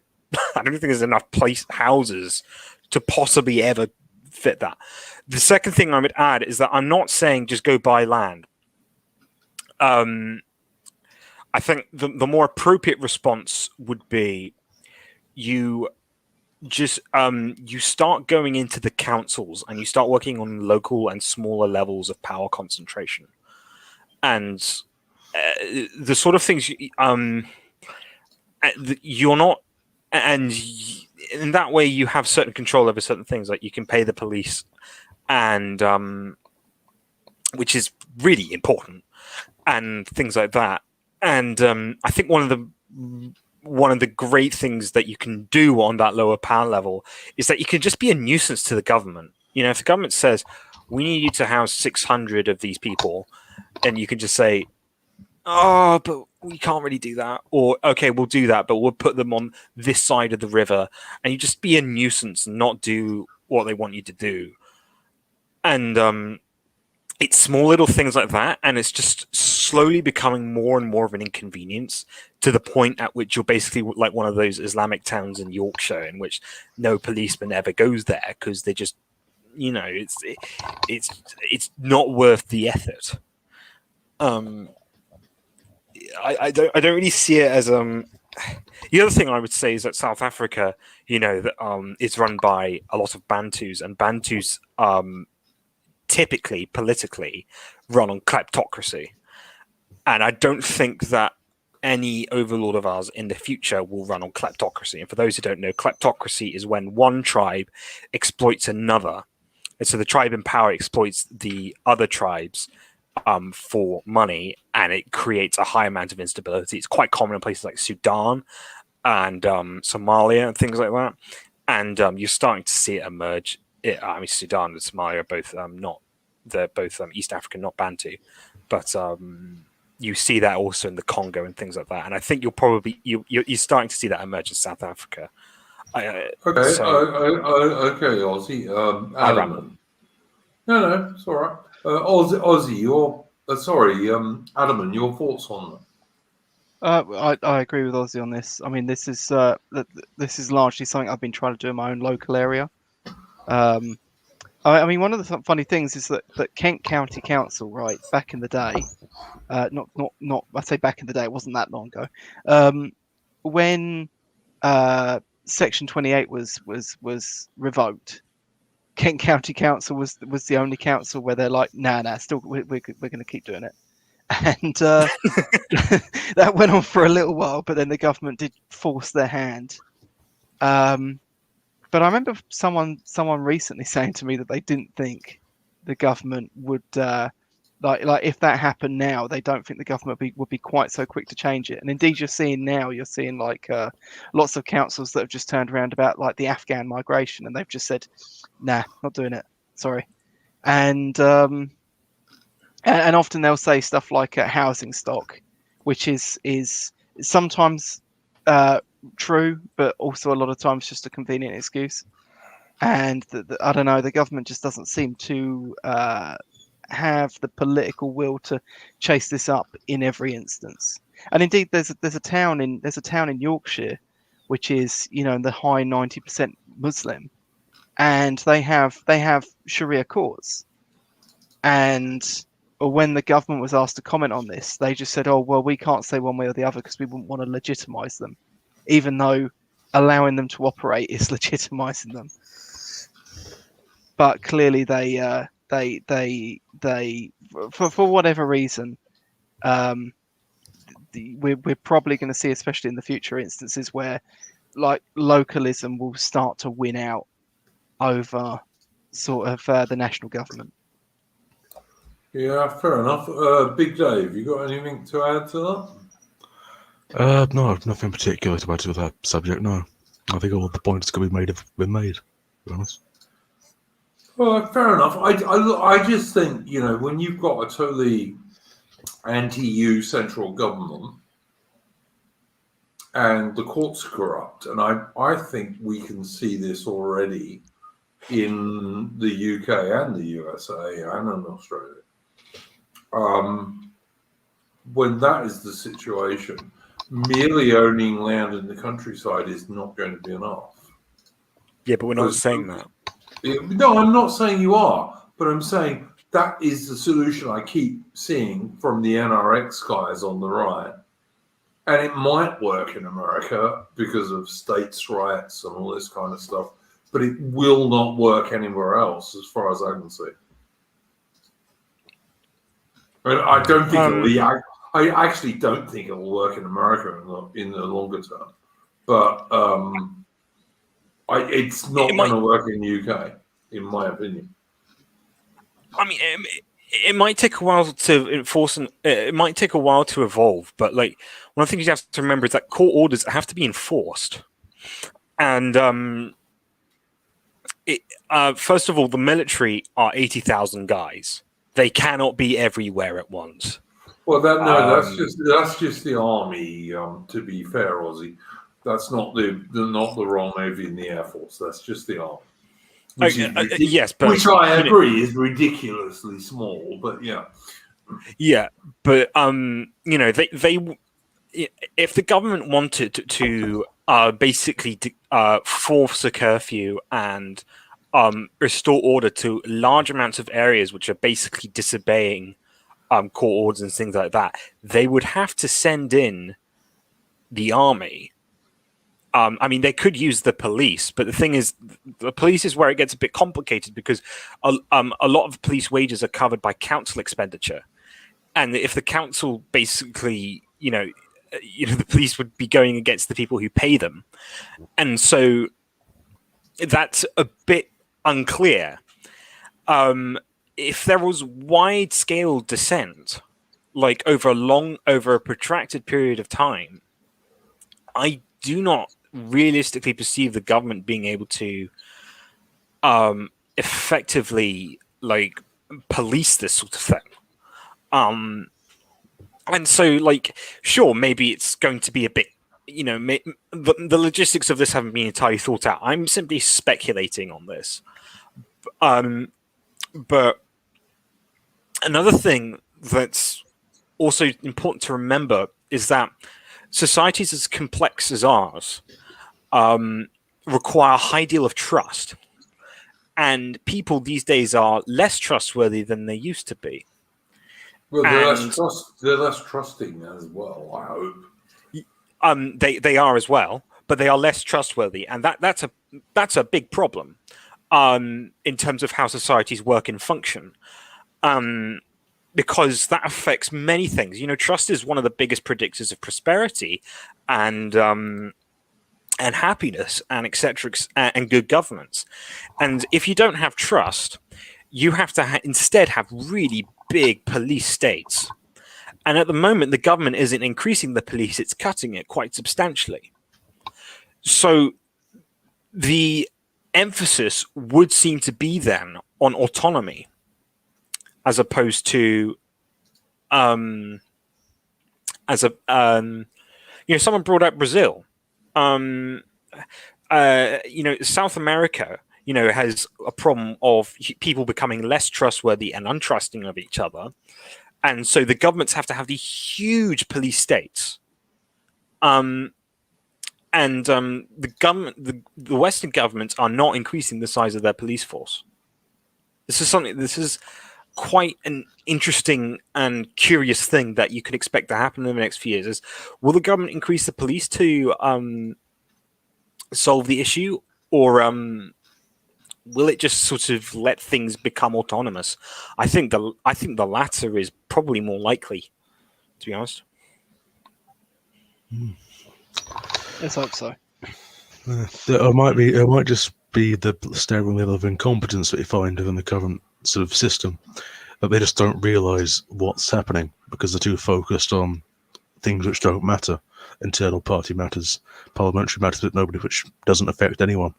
I mean, it could go either way. I don't think they're that stupid, to be honest.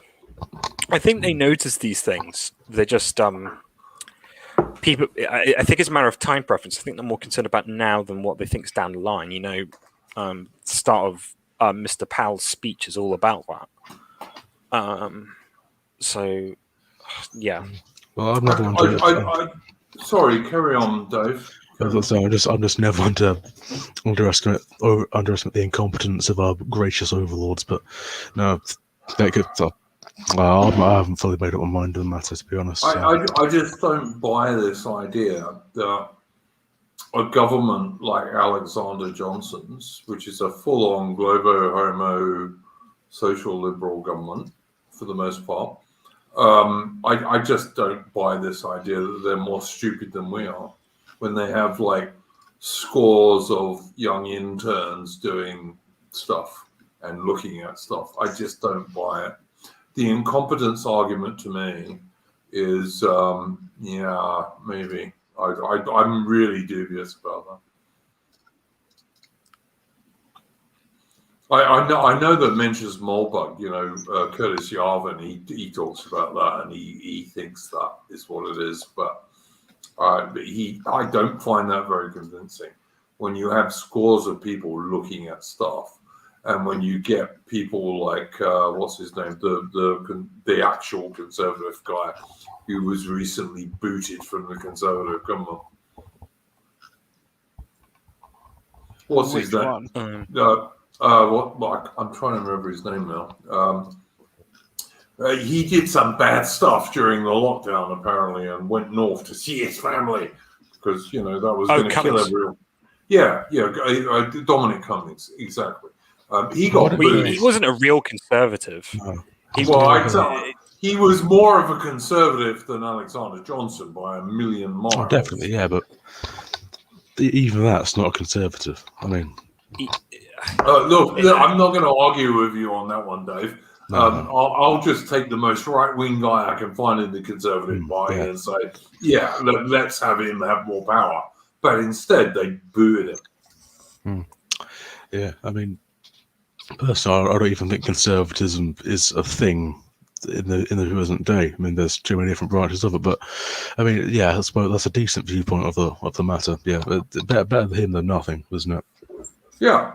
That's my view entirely. I mean, I'll do Eva Doberman's comment that I put up on the screen here. Poll tax riots, government's pussies. But the poll tax riots were organised by the Labour Party and the left because they wanted Thatcher gone. But I actually think if you look to what really happened, which was the globalist pro-EU major stabbing Thatcher in the back and taking over the Conservative Party, I think they were organised by all of the people who didn't like Thatcher.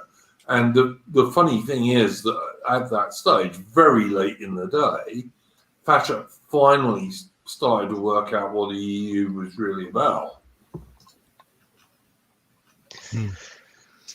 Anyway, I'm gonna have to go right now. I've got stuff to do tomorrow. So no worries, man. Thanks for coming on.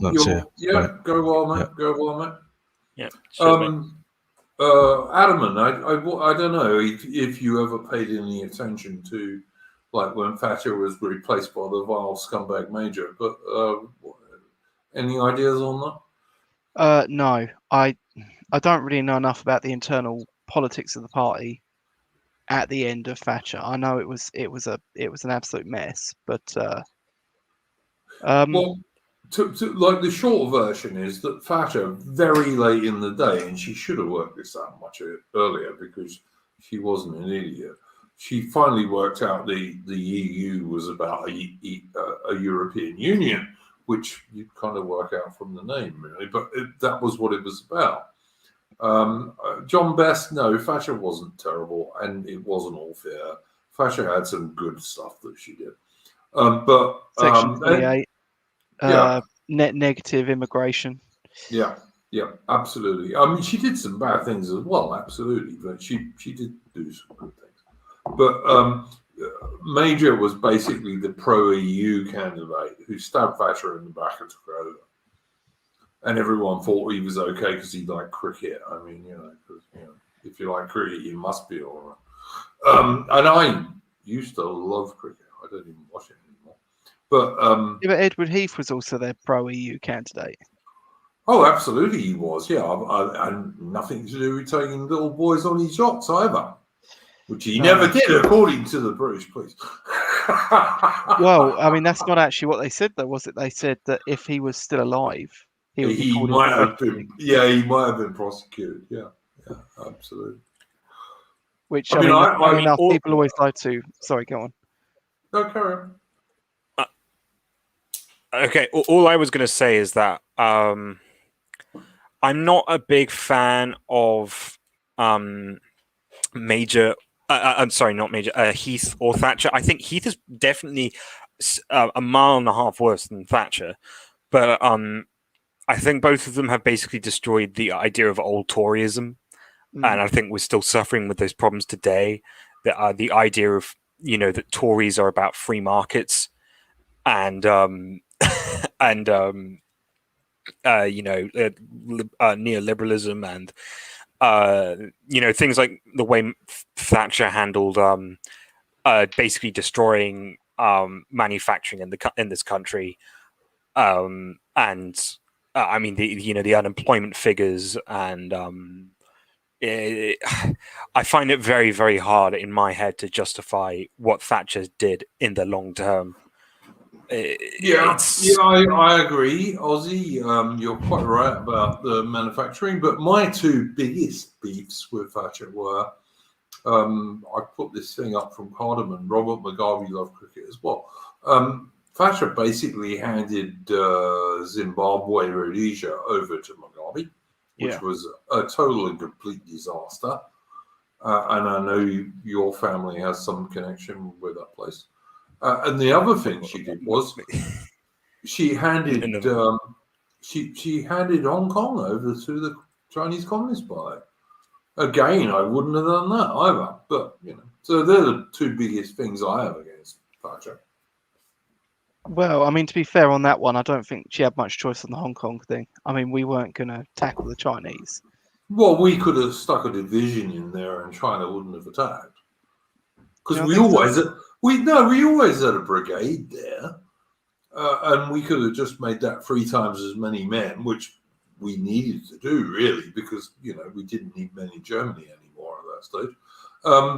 So we could have stuck a division there with an armored division included, an armored brigade included, and I don't think the Chinese would have attacked the place if they'd have dared. I mean, but isn't Hong Kong like geographically undefendable? No, actually, no, it wasn't, because the actual colony of Hong Kong was Victoria Island and the peninsula, whose name I now can't remember. But then in addition to that, there was the new territories. Now, could China have taken it if they'd done a full-on war? Sure. But, Britain has nuclear weapons. So, not really. I see. My thing about nuclear weapons is that no one's ever going to use them unless someone uses them on you. Yeah, Kowloon Peninsula, Mitch, you're right. But no one's ever going to use them unless someone uses them on you. But what nuclear weapons do is they stop someone using them on you. So I would be extremely dubious about the idea that China would have actually attacked Hong Kong. I don't think they would have. Because for one thing, back then, America couldn't have afforded to have allowed that to happen. Yeah. And I think she should just have, yeah, she was on and off. She was great in the Falklands, she was. But I think she also should have said to the Chinese, get stuffed. We're going to put a British division in this place now. And if you want to attack it, we'll go. Yeah, I also saw the argument made by someone quite recently in our circles that Section 28 could have been better timed as well. Bringing that in, that could have been brought in much earlier, and it would have been sort of much more solidified. I mean, she did wait quite a while to bring that one in. Totally agree. She was a long way from perfect, but she was the last even slightly conservative prime minister, in my opinion. I mean, that says everything about our current state, isn't it? Yeah, absolutely. she did like one or two things okay, so yeah, she's like the figurehead of the right. Yeah, nobody else has done anything right for a very long time. Cardamom, a nuclear war over Hong Kong is stupid. There wouldn't have been a nuclear war. There is no way that the Chinese Communist Party would have allowed Beijing to be evaporated over Hong Kong. They just wouldn't have done it. They would have made loads of noises and not done anything. Didn't the Americans wanted to nuke mainland China in the Korean War? What's his name? Bloody hell, I can't remember his name. MacArthur did, yeah. Yeah. Of course he did. And I'm not saying he was wrong either. And I will not say he was wrong. I'm not a big fan of MacArthur. I don't like him much, but he may have been right about that. I mean, I'm no great fan of the Chinese people, so But I'm not a big humanist either. I just tend to be pro-British, and that's about it, really. It's like if it suits the Brits, I'll support it. But I don't do it because it's best for the people of the world. Because I don't give a shit about most people of the world. If I'm really honest, I don't. So when are you going to run this stream to? Because I've had a long week and I didn't want to leave you guys in it. No, we're only going to the top of the hour, mate. Don't worry. Right. So last subject. Yep.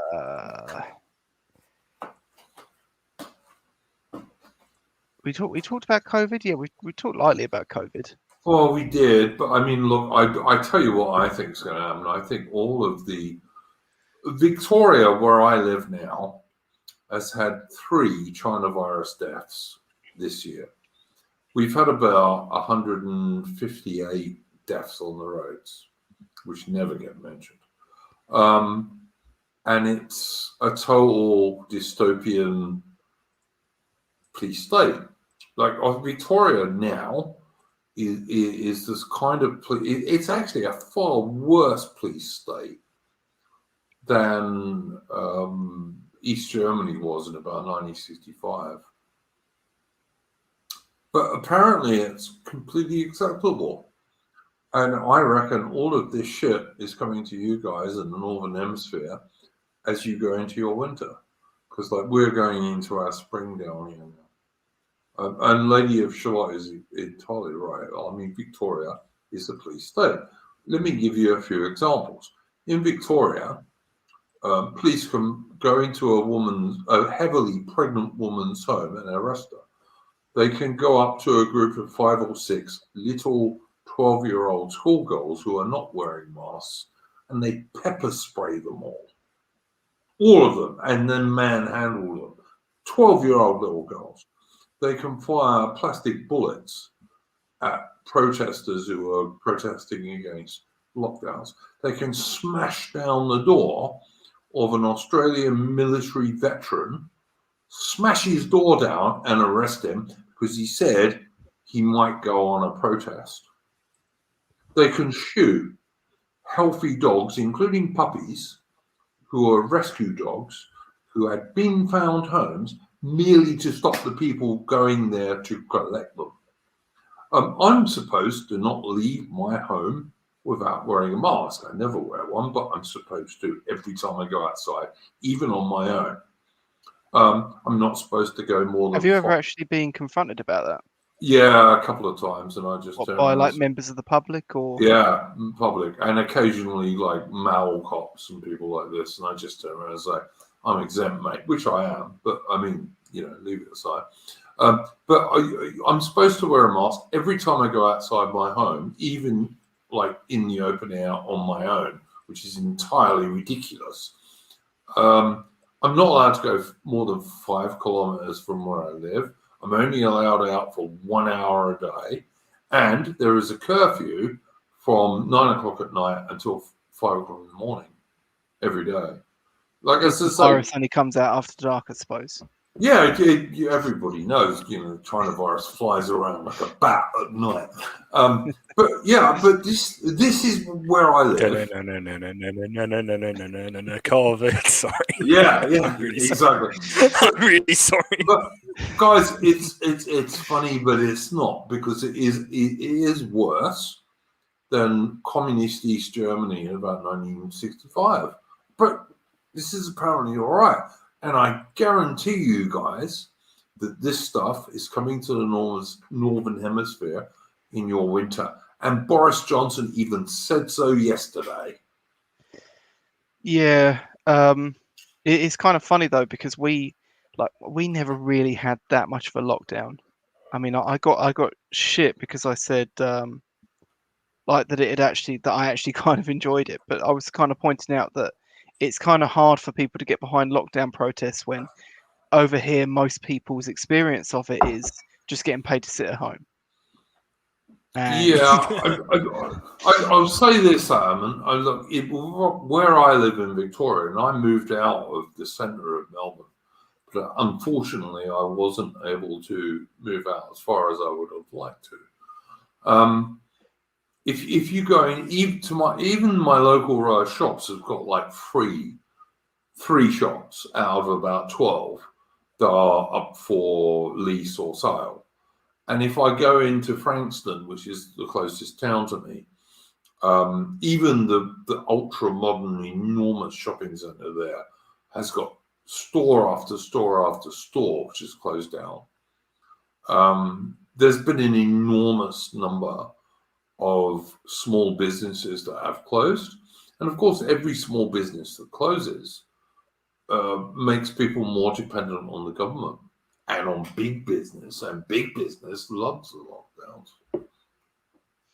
Yeah, I mean, the thing is that I don't know. It's hard to say here because, for example, one of my bosses was sort of pro requiring the vaccine of all his staff, and admittedly, he does have to put up with me constantly taking the piss out of him for having too much McDonald's and everything else.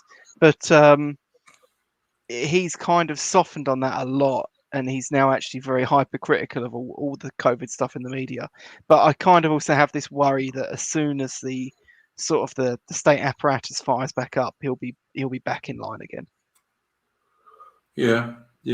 And people like him. Yeah, no, I don't disagree, mate. I suspect there will be some form of lockdown in the autumn. In what form it takes, I don't think it will be as bad as it was last year. I think, it just seems that the government isn't very interested in doing this again, and indeed, I don't think they want to, considering the recent polling. But I don't know. I mean, one of the things for me about COVID is that I just don't find it very interesting at all. No, I don't find it. Mate, I think it's the most boring thing in the world. Because, all right, if the average lifespan of a man in the UK is 78, and for women it's about 83. the overwhelming vast majority of China virus deaths have been of people over 85. So they're basically people who were going to die of one thing or another sooner rather than later. I mean, I don't like even mean that. Like, I mean, I know it's what they're doing in Australia is absolutely ghastly, and I'm never not going to say that. Mate, but like, if you don't think that this is coming to your part of the world, you are very foolish. It's being well, trialed. we're gonna have to see. We're gonna have to see on that. Here. It's being trialed. We're gonna have to see about that. You may be right. I don't know, but for me, people have talked about this thing for ad nauseum since basically forever. Now, like, goodness, I mean, it's basically the COVID has basically almost now been happening for 10% of my life. I just find it really, really. I just find it really, really boring. I don't really care. I don't disagree with you, mate. And as a very young man who is, as you told us today, 21, I wouldn't concern myself about it at all either. I mean, look, I'm 56 and I'm not scared of it. And no guy like below my age should be scared of it at all, because it ain't going to kill you unless you're very sick from something else. I mean, like, it's not even that I'm scared of it. It's just that, like, I don't know. Like, I'm just sort of past it all. Like, I've accepted that what's happening is happening. You know, one of the things that, like, you know, I normally. I know people who run restaurants and stuff, and like, I'm not big on wearing a mask. When I don't have to wear a mask, I do not wear a mask. I don't wear it in public transport, and I don't wear it in a grocery store. But like, if like it's just someone I know and they're like in their shop and they're like, "Hey, can you just please wear a mask, please?" You know, I'll wear it, because like, I just don't really want to cause trouble, and I'm not. This is not my battle of conspiracy theory. This is not like where my battles are. Like, the virus is happening. It sucks. And some terrible things are occurring as a consequence of it. But for me, I think it will end eventually, whether that's, you know, next year or in 5 years, I don't know. But what I do know is much more much more perennial is the you know, is the demographic crisis, the governance crisis, monetary crises, you know, all this sort of thing. Like, you see a lot of people are like, do I think it's an issue before or after we're all in the camp? Xenos are useless. Like, I understand why people might be concerned and all that, and like, maybe I should be concerned, and maybe you can laugh at me. Okay? Those who don't know, you should be, Ozzy. I think about for those who don't know, I'm Aspergic, so I don't really. I'm not exactly in tune with what other people find worrisome. I'm kind of on my own little world sometimes, and so maybe I look a bit sleazy to you, and like, that's fine. This is just me personally saying that, like, when it comes to COVID, and maybe you've noticed this, Duke, like, I just don't really have an opinion. It's just happened. Hang on, Ozzy. Let me just tell you about this tweet. This comment from Lady of Shalott. And Lady of Shalott, I admire, because she has been fighting hard against this in Australia. And she says, Andrews here, that's Comrade Chairman Andrews of the Victorian Labour Party, has told us, the unjabbed, that we will be locked out of society, we will be unable to enter a supermarket or any public amenity here. They are using peer pressure to get to the kids now. And yeah, they are trying to vaccinate children in Victoria. And like, everyone I know who has a working brain knows that children are at virtually zero risk from the China virus. So what do you think of that one, Ozzy? It's really, really shit. And like, I think people have misconstrued what I'm saying. Like, I'm not saying that like I'm not saying what's going on is like good or like I don't care. It's just that like it's really on the back of my brain in terms of concerns. Well, yeah, because you're a young man and you're not yet married and you don't have kids, so I kind of get that. Yeah, like it. Look, you guys can all laugh at me when we're all in camps and the autists are in the chamber first. Hang on, Ozzy, can I just say, I think it's more likely that we'll all be sad for you when you marry some chick who's unable to have kids because she got 3 loads of vaccine and it all went to her ovaries, which is apparently what the scientists are saying happens, and they were not expecting that. Like, I mean, so I did read that paper, and yes, it does happen. I mean, that's true. That's true. I have told people for a while now, if they can get AstraZeneca, they should get AstraZeneca because AstraZeneca is a traditional vaccine. It's pretty straightforward. Or better yet, nothing, which would even be better. I mean, to be honest, if you want to keep your freedom, like, to be honest, if I just have to take like a regular old vaccine to do it, hang on. I'll do it. So, will you wear a collar if that gives you your freedom, Ozzy? No, but right. I don't think a vaccine is not an obvious. Like a vaccine is discreet. It's not obvious, but it's like a collar is. It's. I don't think it's very similar at all. A collar is a natural sign of subservience that is there for all to see. Will you get a brand on your ass that no one can see? No, to keep your freedom. I mean, keep your freedom in what sense? Well, like, whatever you're talking about, because you're the one who's talking about keeping your freedom. I think your freedom is not doing what the man wants you to do. Like, if I had to get a brand on my ass to, like, go out and date girls and, like, go clubbing, and go for a booze every now and then. You would. I think it's worth considering, to be honest. Because none of that stops me from going to hell. Exactly, does it? Ozzy, listen, mate. Your grandparents would be ashamed of you saying that. I am quite sure. Possibly. No, Ozzy, not possibly. 100%. They would have said. I mean, my granny's vaccine. There would have vaccinated. Been yeah, sure, but she's an old lady. All right, I don't care what old ladies get done to them. But your grandparents would have said there'll be a new 45, and you damn well know it too. Like, I don't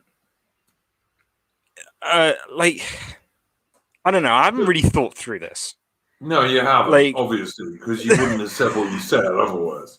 Like, but I mean, everything's a trade-off, and like, that's something. I mean, I'm not. No, this is not a sort of decision you make over the course of a live stream, dear boy. No, it's not. It's not. But this is a modern view that you're coming out with here. It is not traditional in any way, shape, or form. It is certainly not reactionary. Like, you don't do that stuff. You don't get a brand. I mean, like, you can say it's not reactionary and it's liberal or whatever, like, but like, principally, I'm not any of those things. I'm just a pragmatist. I do what's work. I like to go with what works. Pragmatism is actually primarily the reason I'm of the persuasion we are.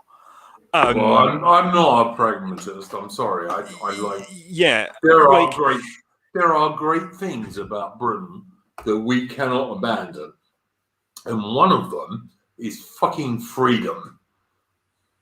Yeah, but like I don't think pragmatism is necessarily at odds with that. But anyway, that's a sideline.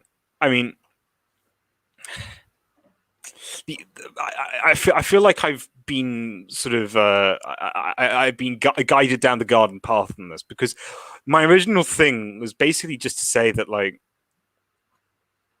pragmatic Christian. Look, politics and religion for me are relatively separate issues. Not completely, but they are relatively separate. So I can do that. But anyway, like, my big thing about all this is that, like, I just like people are like, oh goodness, it's another lockdown and blah blah blah, and it's just, for me, I'm just sort of like, okay, I guess I'll get on with it. All right, hang on, Aussie. Let me put this one to you. And Lady of Shalott is entirely correct about this. They are not even proper vaccines. They do not provide immunity, and they don't even prevent transmission. Why are we taking them? The vaccines.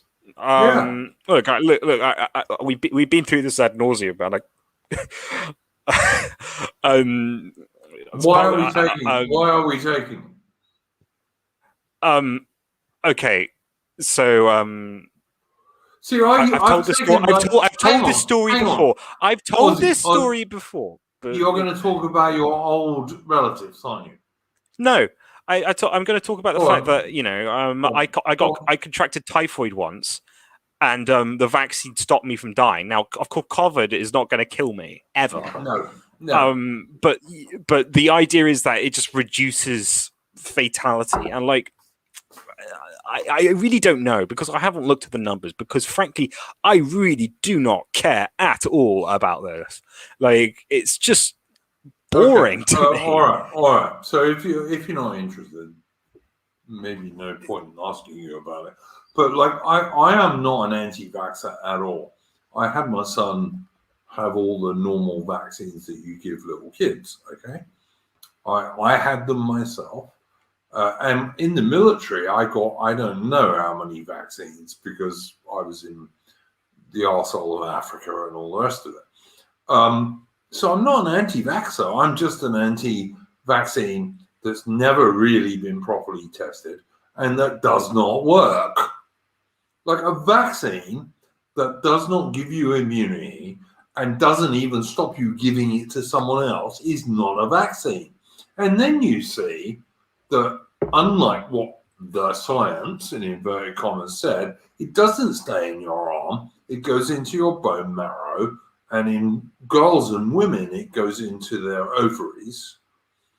And then we've just had a study from the University of California, which is hardly an ally of the right, which says that boys and young men are about 6 times more likely to have heart problems because of the vaccine than they are to be sent to hospital because of the China virus. I just don't understand how all these great, sensible people I know on the right are not turning around and saying, guys, this is bollocks and we need to stop doing it. Instead, I'm not saying people should get vaccinated. But instead, what we're getting is no one is even trying to protect our children, and the globo homo leftist wanks are all in every country in lockstep trying to get every single little kid vaccinated who is at no risk. I mean, if you're saying that I'm telling people to get vaccinated, I'm not. Don't get vaccinated. No, I know you're not, mate. I know you're not. I'm not I mean, you can get vaccinated if you want. I don't think it's terribly dangerous, but I don't think it's necessary or anything. And I certainly don't think that we should be restricting people's freedoms because they don't want to do it. I think exactly. That's exactly, Ozzy. And all I'm saying is that, like, it's just not very interesting to me. It's like, yeah, because it's not an issue to you as a young man. You've been vaccinated. Okay, I suspect. I've had one. I haven't had the second. Well, good. I don't think I will have. Good on you. But I just hope you don't get married like in 5 or 6 years, and you find you get married to this chick and you can't have kids. Because it would never surprise me if that's the idea behind it. That's a realistic prospect. That's possible. I'm not saying it's probable, but I'm saying it's possible. But yeah, if that is the case, then it's already happened. Well, yeah, but let's not make it happen ship even is sailed. more. Let's not. No, sorry. Let's not let it happen anymore, Ozzy? Well, how am I going to stop it exactly? Well, we can make. I'm a student. We could make a fuss like we are now. You know. Werner Chronist in the chat, who is an Austrian guy who I know from other streams, says a reminder that the vaccine passport is the digital ID. The digital ID is the social credit score. The social credit score is total state control of behavior, activity, and purchases. And yes, he's entirely right. We have to see the wider implications of what's going on here. You know, this is why when we were talking about 9/11, like 9/11 had vastly wider implications than those buildings collapsing for whatever reason they collapsed. Yeah, on that we're agreed. But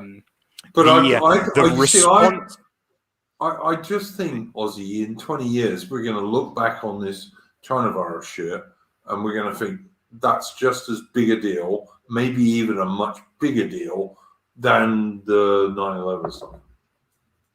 I mean, to the extent that the response has been far more cataclysmic and destructive than the actual element itself, I think 9/11 and COVID are almost completely synonymous. On that, we are absolutely agreed. Fair enough.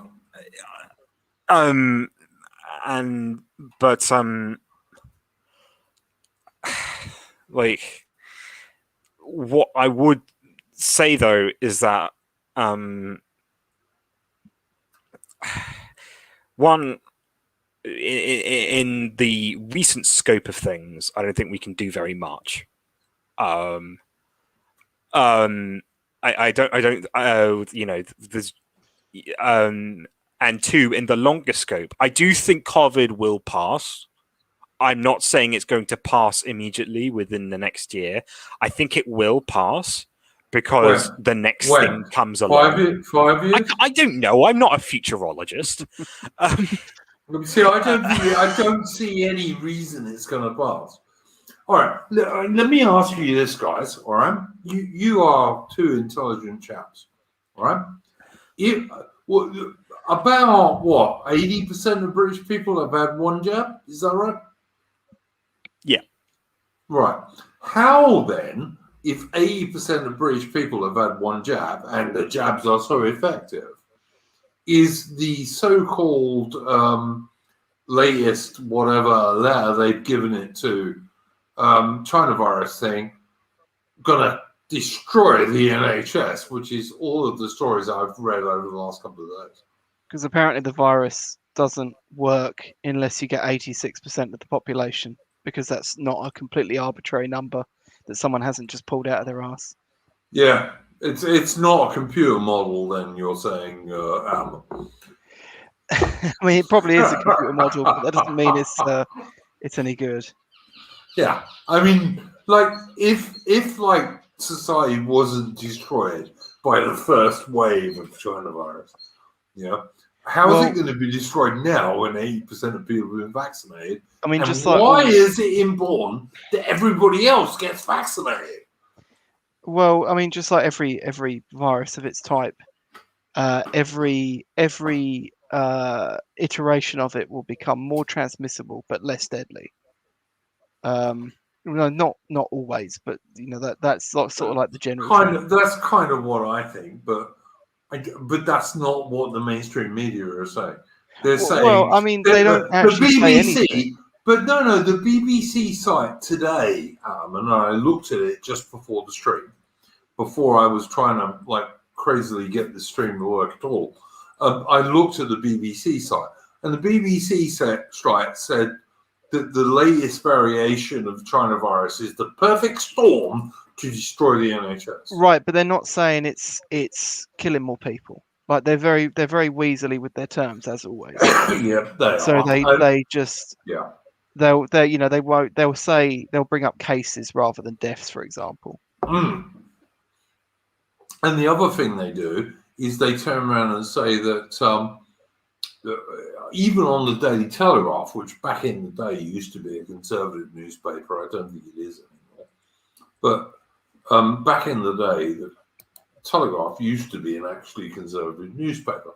And even on that site, where they put up the British deaths from China virus, it's everyone who's died from China virus within 28 days of a positive test. And again, at least 50% of those people didn't die of China virus. Like, if you're not a brain dead moron.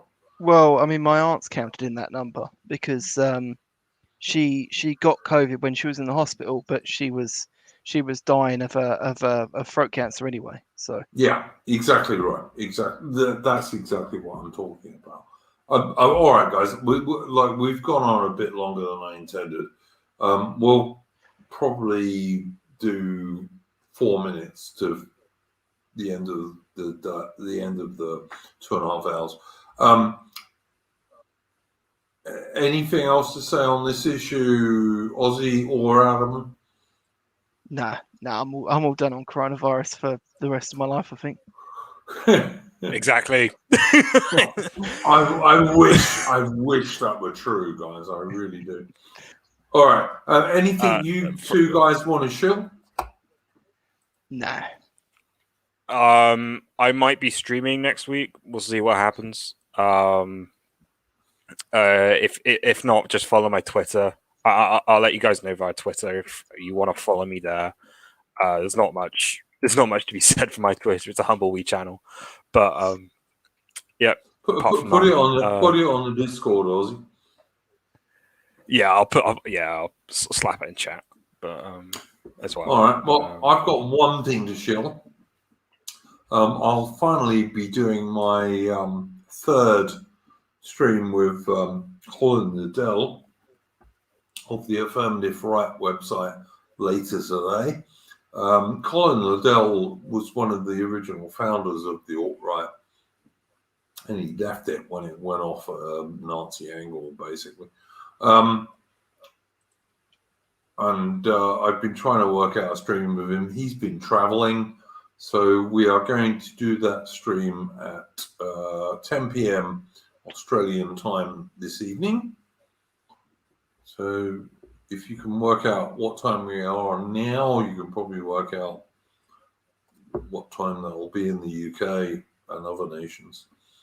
So let me think. It's 8:44 a.m. in Australia now, and at 10 p.m. this evening, I'll be streaming with Colin Liddell, and we'll be talking about 9/11 and China virus and other things that have been going on. So thanks for joining us, ladies and gents. I would also suggest everyone go and watch the Academic Agent stream on Australia, because Australia, certainly in Victoria and New South Wales, is basically a really bad police state at the moment. Way worse than the communist regime in East Germany in about 1965. And I reckon that's coming to you all in the Northern Hemisphere over your winter. But we'll see. I'm going to finish us off with a tune, as I usually do.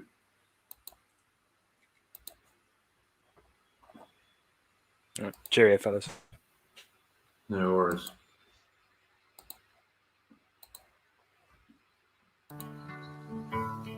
Britons always loyally declaim about the way we rule the waves. Every Briton's song is just the same when singing of our soldiers brave. All the world has heard it, wonders why we sing. Some have learned the reason why. We're not forgetting it, we're not letting it fade away or gradually die. Fade away or gradually die. So when we say that England's master, remember who has made her so. It's the soldiers of the Queen, me lads, who've been, me lads, who've seen, me lads, in the fight for England's glory, lads, of its worldwide glory, let us sing. And when we say we've always won, and when they ask us how it's done, we'll proudly point to every one of England's soldiers of the Queen.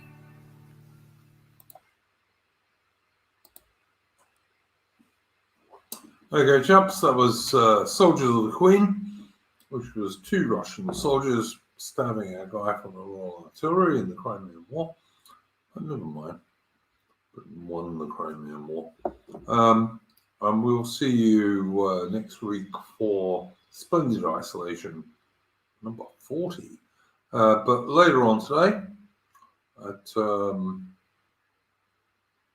10 p.m. Australian time, I'll be doing a stream with Colin Liddell from the Family Right website. I hope to see you there. Go all, ladies and gents, and take care.